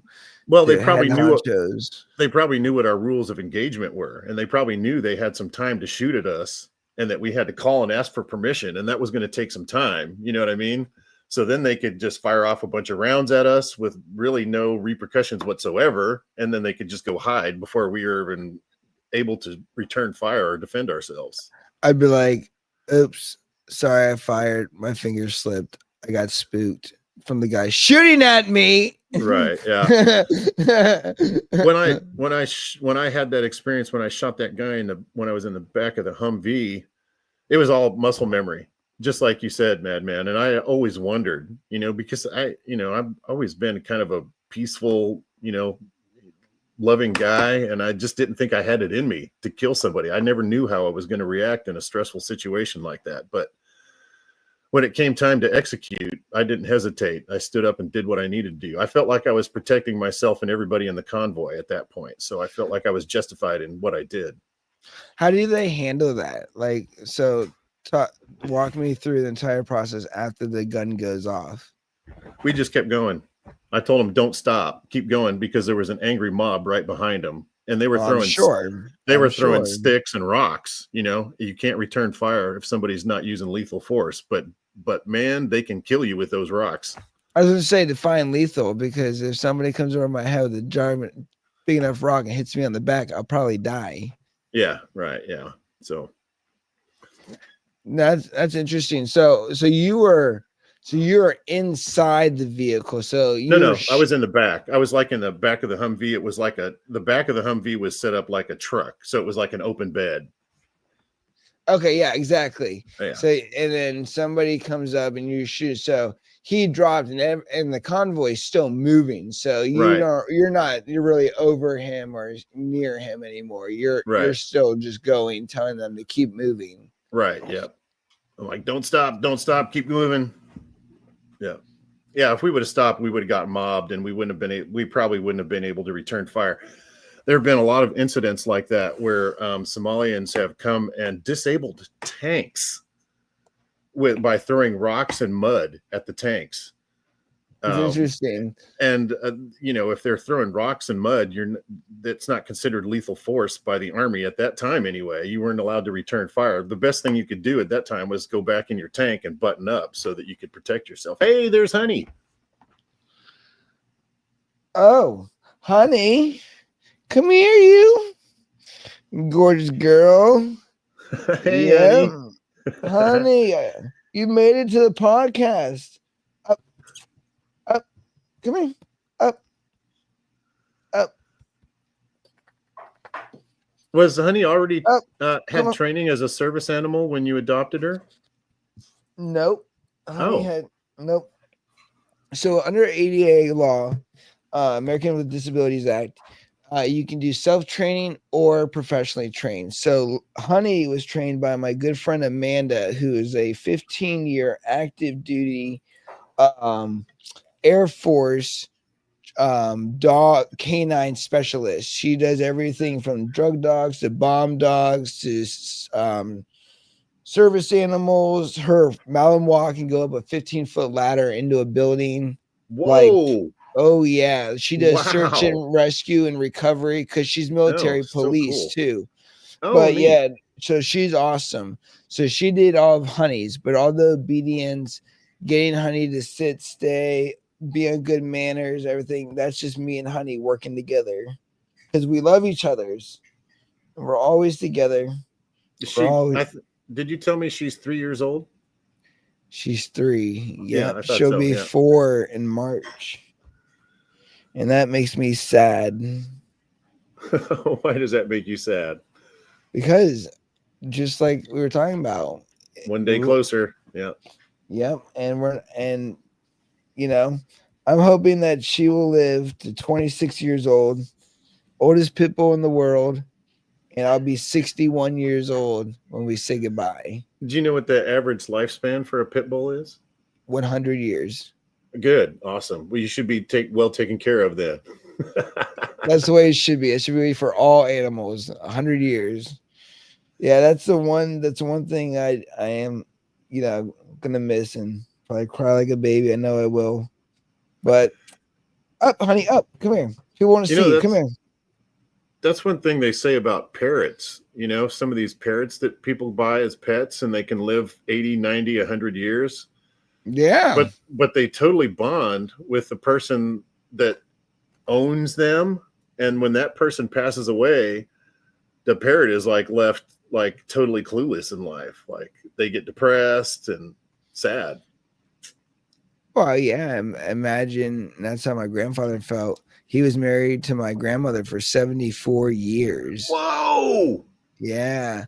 They were each other's first girlfriend and boyfriend ever. They've never been with other people before. That is awesome. Wow. Man. I got to go to my aunt and uncle's 70th wedding anniversary before my uncle passed away. That was beautiful. It's that's so awesome. Beautiful when you see people like that make that work for so long, Yeah, dude. Beautiful. I mean, it's just, and that's like a dying breed. My grandfather was in the military. He was one of the first ships that landed in Hiroshima after the bomb went off. He was a logistics ship. So they were in charge of supply chain for all the main cargo and everything and he was in the Panama Canal and a whole bunch of other stuff. His ship was actually shot at by a torpedo. But she would go to mass every morning at 6 a.m., take a trolley, a bus, and a ferry from Staten Island to New York City to work as, a page and a receptionist for Honeywell. And, it's just interesting because I've talked about this too. I feel in America, and maybe hopefully we'll see it again sometime soon, is there was a pride to be an American right after World War II. And there being an American was very prideful, and people had really a lot of respect and value for what they did. And marriages lasted a long time, and it was really about the country. And I just feel like that golden age has died with some of these people that are. You know, I feel like a lot of times when people are hating on America, I think it's out of ignorance. Because where have you been in the world to compare what it and lived in other places in the world as a private civilian to compare to where have you been that's so much better than America? I've been a lot of places around the Yeah, world, and some are very nice, but I've never been any place that compares to how wonderful and beautiful it is in this country. We're so blessed here. well, that's why when everybody's like, "Fuck the police," fuck the government. Don't get me wrong.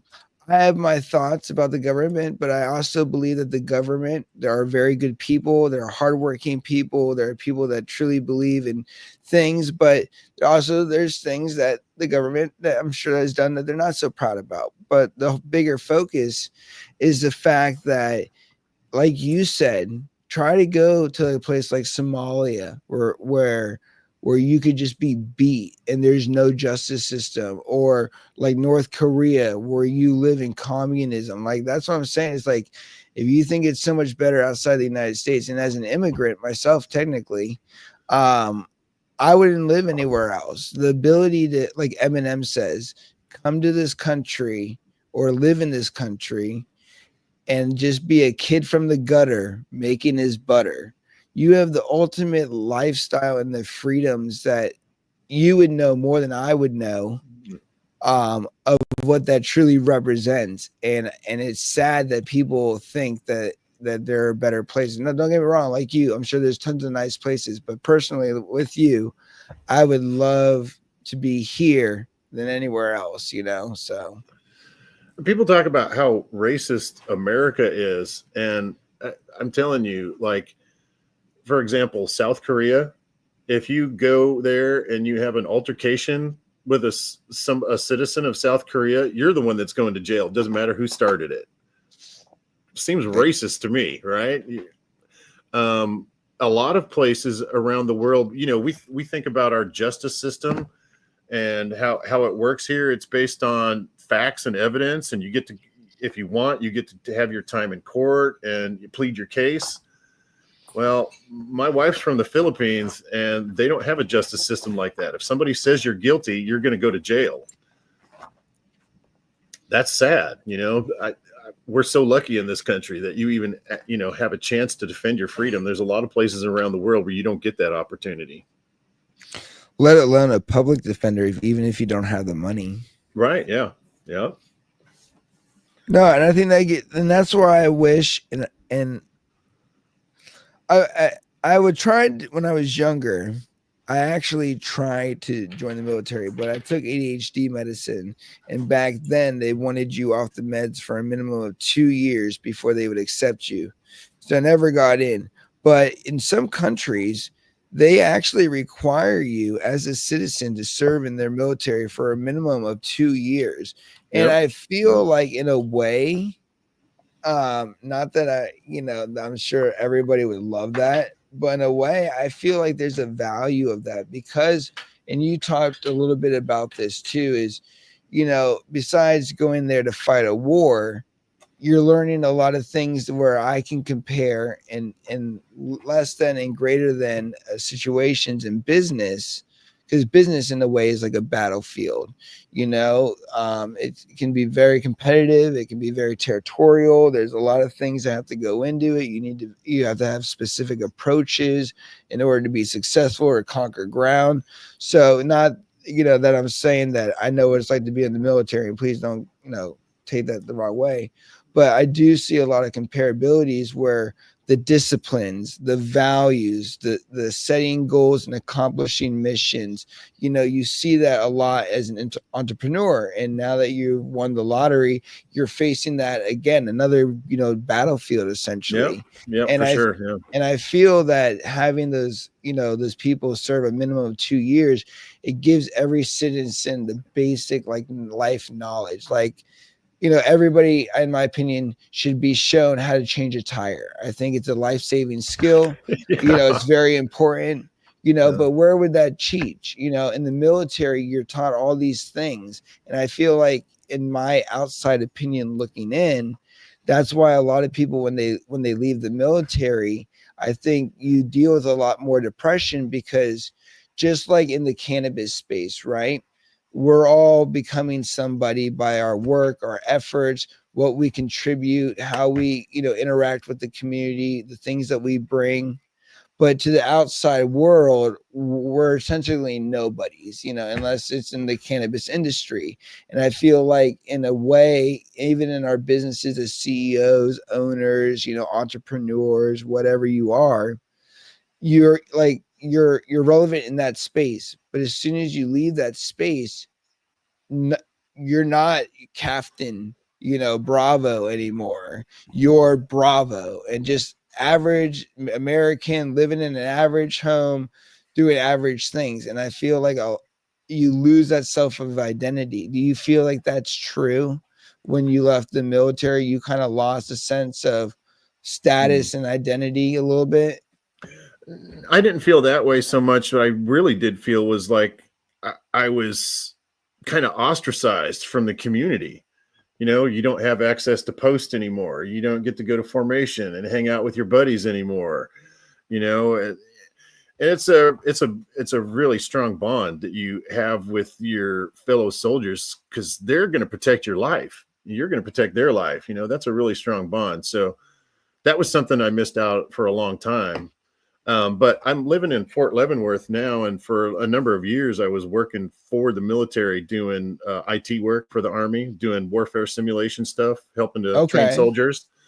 So I got to get back into the community, right? And I got to work with soldiers, and I found that to be very rewarding, because I remember when I was a soldier and we had people come in to train us, they were not nice to us. They were disrespectful. They'd yell at us. They'd act like they were our drill sergeants, Damn. And I never treated a soldier like that as a civilian. I always treated them like they were all my boss, with very much respect. So I hope all the soldiers that I worked with learned something and felt like I was a part of the team. And I'm still in Fort Leavenworth. I don't work on post anymore, but I still get access to the post. I go up there and work out at the gym on Fort Leavenworth. So I get to be around all these badass warriors, coming in there trying to make themselves stronger. That's really motivational. Even though I don't know those guys, it's good to just kind of be around them and be in that community. I kind of feel like I'm home again a little bit when I go in there. That's awesome. So listen, we got 9 minutes remaining for the end of this podcast. Nice 3 hours together. I'm gonna open it up to you. This is where I kind of open it up to my guests and talk about anything that maybe we left on the table or we should know more of, before we kind of wind down and wrap things up. Well, I'm trying to get this podcast thing going. If you want, I think I'm probably going to do it on YouTube. If people want to connect with me on YouTube, it's the @ MO High Tight. You can connect with me there, or on Instagram, it's 420 High Tight. I'd love for you guys to follow me and learn about what I'm doing. Get in touch with me, ask questions. If you want to be a guest on a podcast, I think a lot of people have stuff to contribute. I'd love to hear that. Growing Mo Flower said, hope all is well. Dude, if you're in Missouri, you need to get in touch with me. I'd love to get to know you better. So reach out to me. Yeah, reach out to me. And Litwick, definitely reach out to me. I added you on Facebook. So hopefully I'll get to meet some cool new people at the end of this podcast. High and Tight, TIGHT, like the military haircut. High and Tight. High Tight. I wish I could join the chat. Let me see if I can. You can join the chat. It should let you be able to comment. Let's see here.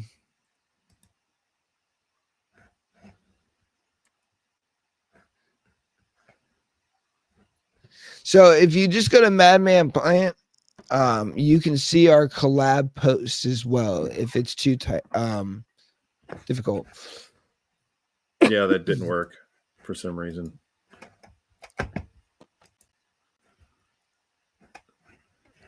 Let me try again.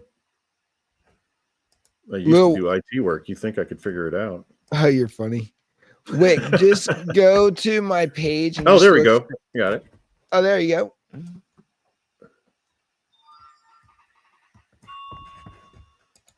And move high tight. Oh, what am I doing here? What are you doing?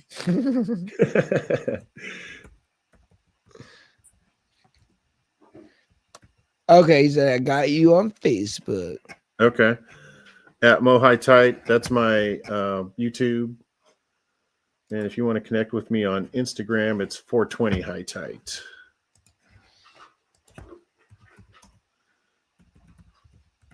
Yeah, no, I didn't have anything at the end of the call that we haven't covered because I interviewed you early in the podcast. I found out everything I wanted to know. Nice. Well, thanks for doing that. I appreciate it. Now I have some of that stuff that I haven't talked about.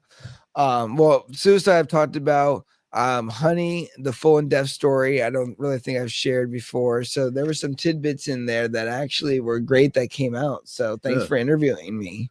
Yeah, sure. A little collab duo interview. See, oh look, I could technically be considered your first podcast. Right. That's true. There you go. So see, you already got one podcast. You've already interviewed Madman. Right. The most infamous one of all. I'm just kidding. Yeah, this 2-hour call we were going to do is working out great. Yeah, for 3 hours, it's doing pretty good.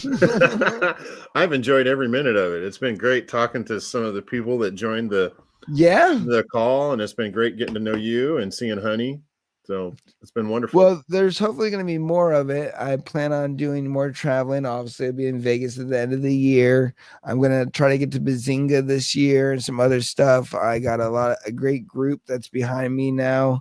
It's going to really be helping me push forward. But, you know, my biggest thing is I want to support you. I want to learn more about what you're doing, keep up to date. You know, I'm working on the journalist and news side. So feed me with tidbits and news and updates that we can post for the platform. And then we'll obviously make sure that everybody is following you, engaged to you. So that was something I did want to ask you that I forgot about. You were talking about you wanted to do some political activist stuff. You know, like, tell me about that. Well, mainly what I'm trying to do is everybody has a podcast, and with a podcast, this is general conversation, opinion, thought, you know, which a lot of people can do. But what I really want to do, like with like 40 Tons does it, I signed up to be a volunteer for them. They write letters for people that are incarcerated. You know, you have Free My Weedman, which is she is doing activism and helping people that are incarcerated, you know. And I want to get more solidified. Like when people are like, oh, well, what makes you so credible and what have you done for the cannabis industry? I want to be like, well, I'm a consumer, I'm a grower, I'm a podcaster, and I'm, you know, and my version of activism is learning more of the technical side. We all have our thoughts and opinions, but if we could form relationships and understanding, and maybe nothing happens, but we're just learning more. And I can come and say, hey, when I make these statements on my podcast, I can be more factual and I can say that I actually do represent these things because I took my time and went firsthand and got to understand them better. And then not only that, but I reported on them.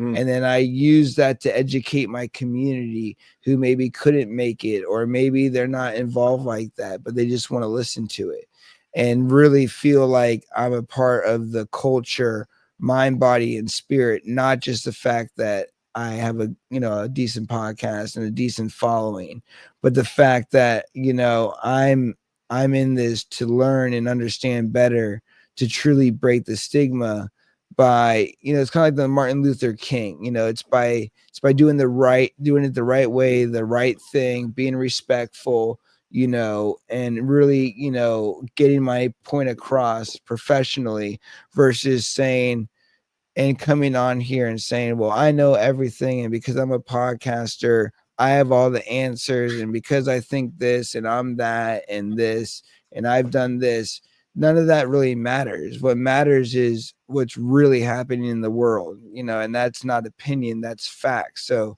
really just trying to join as a journalist and a media person that reports non-biasedly on things that really are impacting our experiences, either growers or smokers.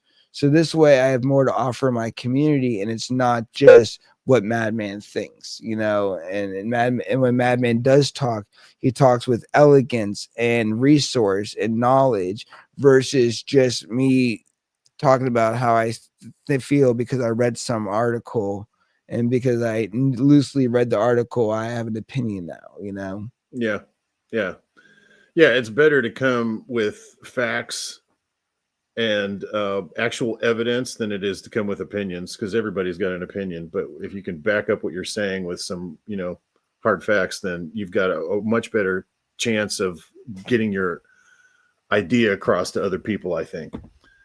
Can you tell me a little bit about your autopot system? Is that a passive system? Oh yeah, so the autopot system is a gravity-fed system. Okay. It uses the aqua valves that allows the system to turn on and accept water, and then shut off when the reservoir fills itself, allowing the plant to get what it wants when it wants it. And it's great because it doesn't revolve on timers or electricity. It's all gravity-fed. I love that. Yep, and it's in my opinion, a true, in a way, set it and forget it type deal. That's cool. I'd never seen that before. When I was watching your podcast and you mentioned that, I was very curious about how your setup worked there. That's Oh really cool. yeah, those nugs were no joke, dude, and I Yeah. can't wait to do it again and again and again. Right on. I can't wait to see it again and again and again. Hopefully, I'll get to experience it myself. Well, yeah, if you ever come to Virginia, you could sit down right here. We're about to turn this into a huge lounge. So yeah, there's some Virginia events. So if you're ever in the area, I would love to invite you to the lounge, is what we're gonna call it, and definitely share some flavors with you. Sounds great. I'd love to do that. Maybe I Yeah, even make a special trip out there. do it. Hmm. Just My don't wife do it would while love I'm that. traveling. What's that? Oh yeah, right. Just make sure you're home. Yeah, make sure I'm home. So, are you cutting me off now? Yeah, I mean, Okay. yeah, either that or I have to use the bathroom. Okay. I think 3 hours is good for me, brother.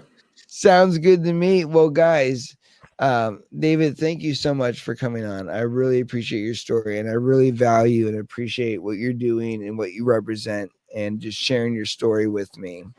I Thank think you. it's really awesome, and I am really encouraged to follow what happens and to help support and commentate, from a perspective, to help bring awareness to everybody on what's going on. And also, guys, we have more podcasts coming up this week or this month. So far, there's almost every week is filled with a podcast. So I think it is.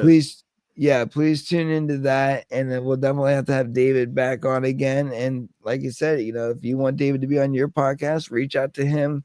Yeah. This is all about sharing the word and getting the message out as much as we can. And 2025 is just going to be a really great year. A lot of things are in the works, and I'm just doing a lot of things behind the scenes. So I'm excited. I'm just really, really excited for it. So awesome. Sounds like we got a busy year cut out for us. Big things are going to happen this year. Very big things are going to happen this year for sure. Well, let me know if there's any way I can support you, brother. If there's anything I can do. I like what you're doing, so let me know. Like, comment, and subscribe. We'll do that. Yeah, no, we could definitely figure out a roadmap on how we could collaborate together and everything. My Sure. biggest thing right now is just this entire month is just focusing on the year goal, and then next month is execution. So once I figure it out and put it all together, we'll have more of a roadmap, and then I can definitely figure out how we can collaborate. Well, I was watching your podcast the other night, and my wife was watching with me, and I mentioned in a comment that my wife was really relating to the different things you were saying. So that would be great. I remember that you said my wife really likes your content or what you're saying, or something like that. That's awesome. And tell her thank you, by the way. I really appreciate that. And that's the value I try to bring. I try to make it so people do feel like, wow, okay, I did spend 3 hours listening to that, but I did learn some things, and that was valuable. It's not just like the smoking and joking and just, We talked about some lounging and hanging serious out. stuff tonight. Oh yeah, dude. No, and I love it. And Suicide, combat, RSO, medical uses for cannabis, some serious, serious stuff. Yeah. Good. that's right. Yeah. And that's the value of being able to create a safe space and making people feel comfortable and Yeah. feel confident enough to share their story. And that's one thing that I feel as a creator is one of my gifts. And I want to be able to utilize that as much as possible, because then that's where we can change people's lives. Well, maybe you could mentor me a little bit on my journey to becoming a podcast host. So There you go. Sure, I would love to. That would be great. Yeah. So I kind of put you on the spot on the middle of your podcast. There you go. I mean, you could say no. No, I mean, my advice is I'm going to have courses on my website soon that are going to go over a lot of this, but my information is free. And honestly, if you take the time to listen to my podcast, I spit a lot of information out, and my biggest thing is to educate people I love that people love what I'm doing and want to, emulate it. So, it's the biggest thing is helping people figure out the proper way to do so, and still make it their own, still make it themselves.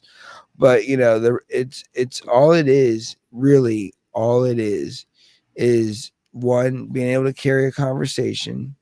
I think being empathetic, being genuinely interested in the conversations that you're having. And then two, realizing that it's you may mess up in the beginning. Sometimes I run into dry periods. Sometimes you don't know what to say next. So you got to be quick thinking on your feet, and you got to be like, okay, I got to shift the conversation. Okay, I feel like we've talked about this too long. Let's go to this. So, and then sometimes you're like, what should I talk about? And you're like, okay, well, in your case, you're a Marine veteran. Let's talk about combat life. Easy topic. You already know everything that I'm going to ask about it. So, it's not one of those things where you have to think about it. And that's why it's important to know your guests and, kind of have a guideline. Now, today, I didn't have a guideline or an outline of what we were talking about. Sometimes I do a freestyle if it's more important, like, not that this conversation was important because I had no idea that we were going to talk about all these things. But if I had known that we were going to go into suicide and that, I usually do like a preliminary call where I'll do a call the day before and do a 2-hour audit where I'll go through, because sometimes when I have my conversations about that and I know that this conversation is going to be highly focused on this topic, I want to make sure that my guest is well prepared to talk about this. They know how I'm going to talk to them. They know the questions I'm going to ask, so I can get the most value. That's a courtesy that I offer, Sure. So that's great. Yeah. So you got to be methodical in your approach, because at the end of the day, you could be invoking trauma, you could be correcting trauma, you could be triggering it. There's just so many things, and you're dealing with an individual. And in my case, and depending on how you shoot your podcast, it could be live on air. And now you could ruin your reputation and trust with the community. You could ruin their reputation and trust with the community. It could go really bad. And you have to have this mindset that I'm going to treat them like a client. I'm going to treat them very seriously and be professional and do the best job I can to make sure that I'm, being, one, authentic, and I'm not just being like a yes person and selling out to whatever conversation I'm in. But also two is respecting the morals and values of them, because maybe I may not maybe I disagree with what you're saying, but guess what? You're on my podcast and I gave you the platform to express your opinion, and that's what I'm going to allow you to do. And then I'm going to ask questions. So, it's also one of those things where you don't want to be judgmental. So if you start to feel awkward or a certain way, instead of calling somebody out, start questioning them out. If they're full of shit, you'll start, you'll start to be able to tell right away from their answers that they can't keep up with the questionnaire, and then they're repeating themselves, or, they're too elaborate on shit. So you'll find out through your conversations where, okay, well, maybe this conversation doesn't need 3 hours. Maybe this conversation's good with the standard 2 hours. Or, hey, we're going so well, and at 2 hours, we're still in a full conversation. Why end it now? Let's go the full 3 hours, or maybe we go longer. So you have to have like an internal gauge yourself of comfortability. If you're not feeling it, end it. The worst thing you can Yeah. do to your own brand or self is sit here and not be genuinely interested. And there will be times where maybe I come on, because a lot of times I don't know who I'm talking to, especially at events like that, or when I have my booth set up at events. When somebody sits down, I have about 2 minutes to ask them who they are, what they do, their value for the community, what we're talking about. And then I Yeah. have to say 1, 2, 3, go. And it's, hey, how is it? So let's talk about this. Let's dive right into it. All right, guys, here we are. We're talking about this. You have to have that confidence too, because the last thing you want is dry spells where there's no talking. So that's one thing is, if you're not, like, let's say, like, prime example, if you're my guest and you're not talking, I better be fucking talking, or that number that, and we only have 2 people watching anyway, so whoop-de-doo, but that number drops immediately when the confidence in the conversation drops. So Yeah. I need to know that. And some people, what I don't like in podcasts, and I'm not saying I'm not saying anything about anybody that interviews like this, so this is not shots fired. This is not disrespectful in any way, but I hate just so David, you were in the war. Talk about your depression. Oh, okay. Well, now that's awesome. Now let's talk about the day you killed somebody. Right. Oh, okay. That must have been very traumatic. How did this feel? You want to be in a situation, in my opinion, on how I do my podcast. If you do it differently and disagree, fair. Everybody's entitled to their opinion. I'm not here to tell you to do one way or another. I'm just here to tell you that, in my personal opinion, I want to be conversative. So if you're going to interview me, I'm going to come, or if I'm going to interview you, I'm going to come with a conversation. So when I ask that question, monkey see, monkey do, blah, blah, blah, blah, blah, blah, blah, blah, blah, blah. It's like almost like a volley in ping pong. You know what I mean? It's a rhythm. You talk, I talk. You talk, I talk. You talk, I talk. You talk, I talk. And then that's how we're going it. And we're creating this symbiotic rhythm in our conversation. It's almost like music, right? So as soon as you stop your beat, I'm going to start a beat, right? And then once I feel like I said enough, I'm going to go open it back up to you. And that is the best way I can describe being successful in podcasting. It is like listening to a rhythm in your head. You want to create a cadence with somebody that creates the energy, then that creates the laughter, then that creates the fun moments, and that creates the humanity portion of conversating. Sure. Where it's not just an interview, it's an actual connection. We were able to stay on this call currently right now at 3 hours and 12 minutes. And how long do you feel like you've been on this call? 10 minutes. Most people in 2 hours say about 45 minutes is about the average of what people say they feel they've been on. And that's because there's been chemistry and motion, right? If it was just stagnated, it would feel like this is taking forever. And when it comes to the viewer and the listener, we need to create that harmony. You said you like classical music. I do too. One thing about classical music is every single instrument supports the other instrument, and they come in at particular times. We are literally the composers of our conversations. That's beautiful. That's a great way to think about it. I'm glad that I said that recorded and not after we ended the live, so now I can use that to educate others. So, that's great, but yeah, I would love to mentor you. My goal is to educate and help other people because, here's the thing.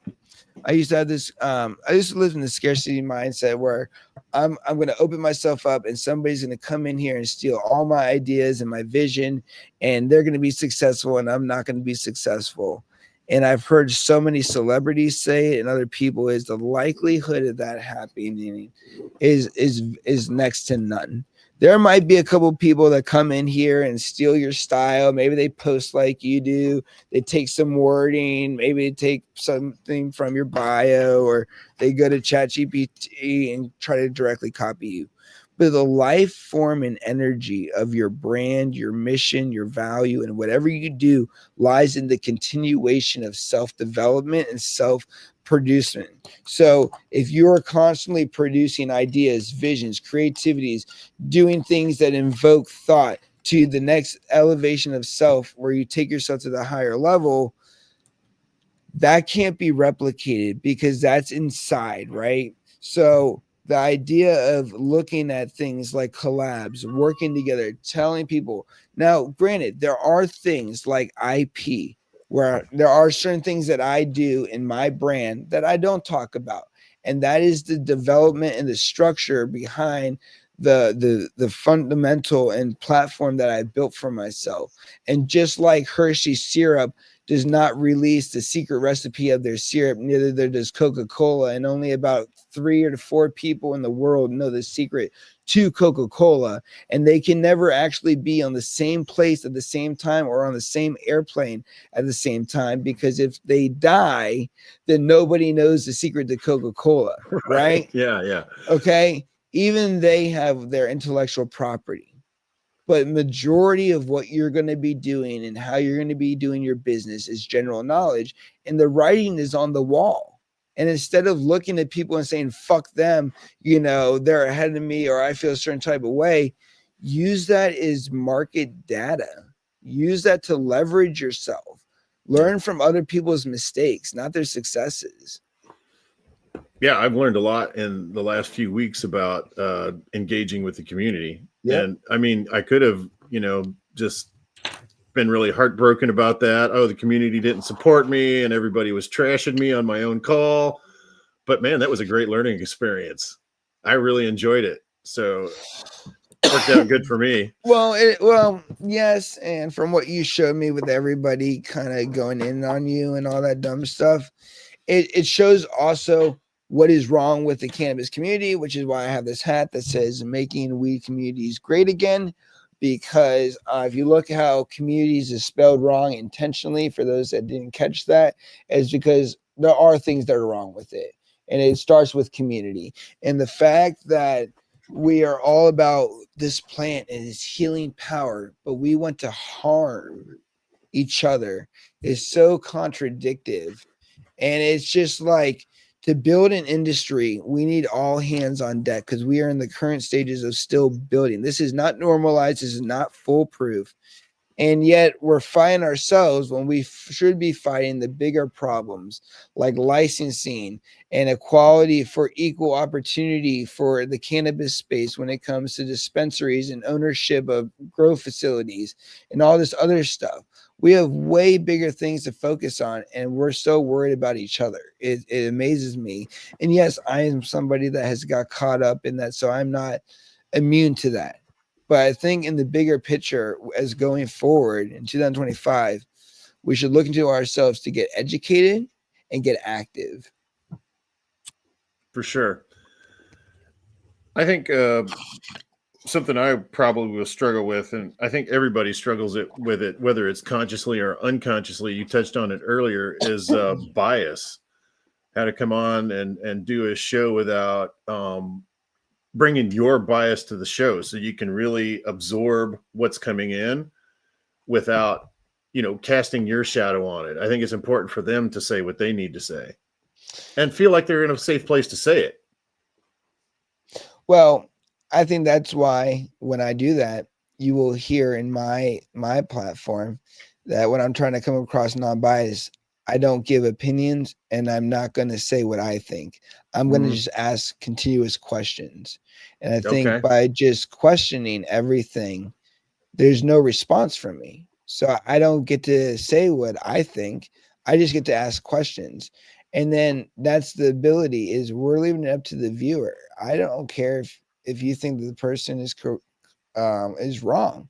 That's content, and that's media, that's journalism, and that's value, and that's truth, and that's perspective. And I think one of the biggest things is I myself still am very new to the community as far as cannabis, as far as culture, as far as a lot of this. Before growing 3 years ago, I bought my weed from, Washington, D.C., and I didn't know much about it. So even myself, I'm very ignorant in some aspects, which I'm totally fine admitting that, and that's why I always ask questions and I always say that, I don't know these things and I'm looking to get educated, but I think in a way that is also one of my strengths. I don't have any ties to thoughts or processes or way of doing things because I've never done them before. So everything that I'm doing, I'm learning as I go. So a lot of my interpretation of the community, the weed, everything like this is all new founded.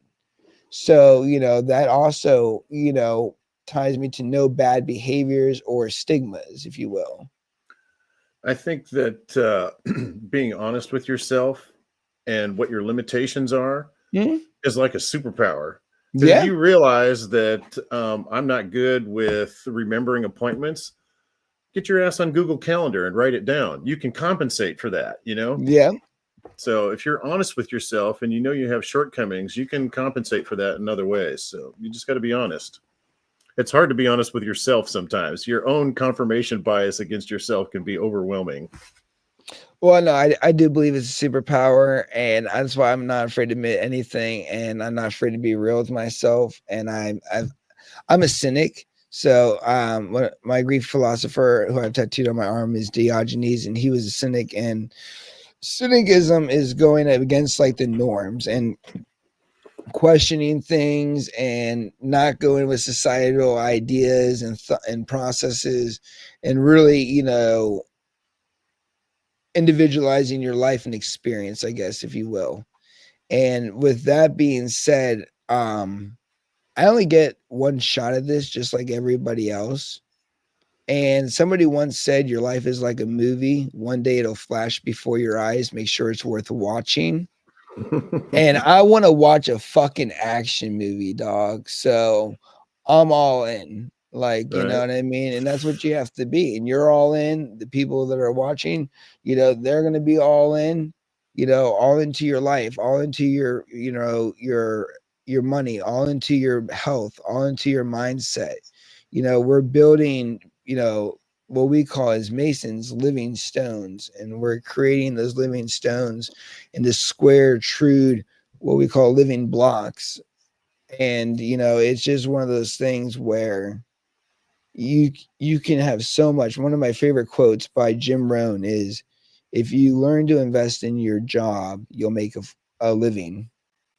If you learn to invest in yourself, you'll make a fortune. You mentioned cynicism. I'm into stoicism. Oh, what is that? Stoicism is about trying to, well, there's kind of different aspects to it, but it's an ancient philosophy where you try and control yourself. Basically, Okay. you not try to get emotional about things. You just try and be objective, and you try and be always conscious of your mortality. That you're here Mm, for a short time and you're going to die, yes. and try and navigate through this life without mucking it up for yourself or anybody else. Yes. Yeah. I believe in that too. So I guess I believe in a lot of different things, and that's the value. Is I think when you have a moral compass and you really appreciate the opportunity of the living experience, I think you can do a lot more in life when you believe, and that's why I think it's so important. Whether, like I say all the time, whether your dream is to sit out on a beach in Hawaii, or your dream is to be on the 70th floor in a high-rise business, executive suite, it's all relevant and it's all the same. And that's why it should be pursued, because of the pursuit of happiness is one of the rights and freedoms that we do have. And it's something that is a pursuit, and it's something that is worked on. Happiness is a state of being, and it's a state of consciousness. It's not a continuation. It comes and goes, and it also has to be created. And I just feel, and that's my opinion, feel free to disagree, but in my opinion, when you can manipulate emotion, through gratitude, and through thought and relationship and true connection, I think that makes life worth living a lot more personally. And that's why I'm not suicidal anymore, because Mm, I found purpose and I found value and I found people who saw my value, like Lacey, my wife, mm. and who have stuck by That's my a great side. story about that, your wife, and how you guys came together, by the way. That's great. Oh yeah, she came over for photos as a model and left with Logan. But I Yeah. mean, the part of the story that was great to me was that it was rocky in the beginning, right? You had to Oh, well, struggle we through were in that. court. Yeah. We had drop off and pickup dates. I got to see Logan every other weekend for 5 hours at a time, supervised. I had to drive 4 hours total, 2 hours down, 2 hours back from Richmond, because I had to go to her house. She was seeing somebody else. I was seeing somebody else. It was Cold War espionage. It was bad. But you guys worked through that, though. That's the beautiful part of the story. Yeah. Yeah. And now So she's co-owner to all my businesses and my ride or die. nice. So you guys are invested then. Oh, yeah. I mean, without her, a lot of this stuff wouldn't be possible, because if I need to invest, we invest. If I need to do that, if I need to travel here, we travel there. And she also homeschools Logan. So, that makes it That's a lot awesome. easier on us, but yeah, no, she's the business owner. She's the admin express to a lot of the emailing and all the behind the scenes stuff. So, yeah, no, without her, it would be very, very difficult to do this, because, they talk about your partner as being one of the most important decisions that you make, is who you marry or spend your life with, because their ability to believe in you, invest in you, and allow you to be you is so imperative to the amount of success that you can have. And that's why, it's very, very important to choose wisely, because yeah, I've been in some bad relationships. Oh, me too. I've been married twice. My first Oh, relationship was, same. yeah, was, man, when it's good, it's amazing. But when it's bad, it just ruins your world. It consumes you. It's Yes. it's terrible. All you can think about is how bad this sucks and how much your heart is broken and why doesn't this person understand you? Blah blah blah blah blah. Right? But when it's great, you guys just click and you're in sync and everything seems to work together. It's beautiful. Yep. It's relationships are a lot of work. I don't think people realize that when they get married, they think, oh, it's going to be great sex and we're going to have fun all the time. And man, it's a lot of work to make a That's the relationship false happen. advertising and good marketing. Isn't that so true? That's so true.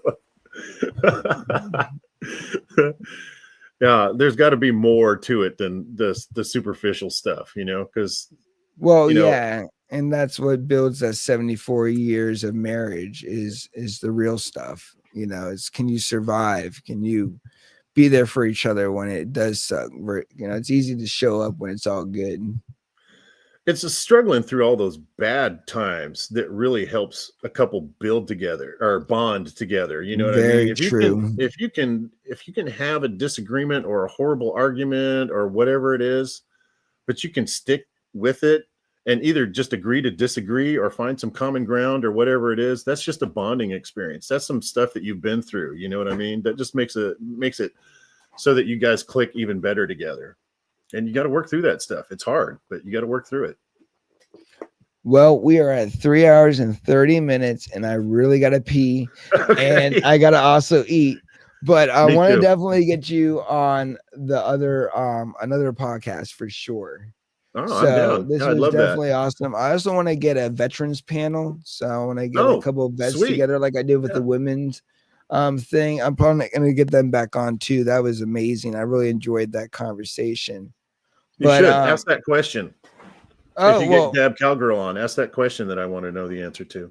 Well, you should ask it I and then will. I will. engage the community, because then that would be a great response. And I would love to see how other women respond with their experiences will. as well. And I'll then hit her up on Instagram when I get off this call. perfect. Well, Yeah. guys, we have more things coming your way here just in the very, very start of January 2025, and I can't wait. Thank you guys so much for being on. David, stay on, and we will see you guys very, very soon. Bye-bye.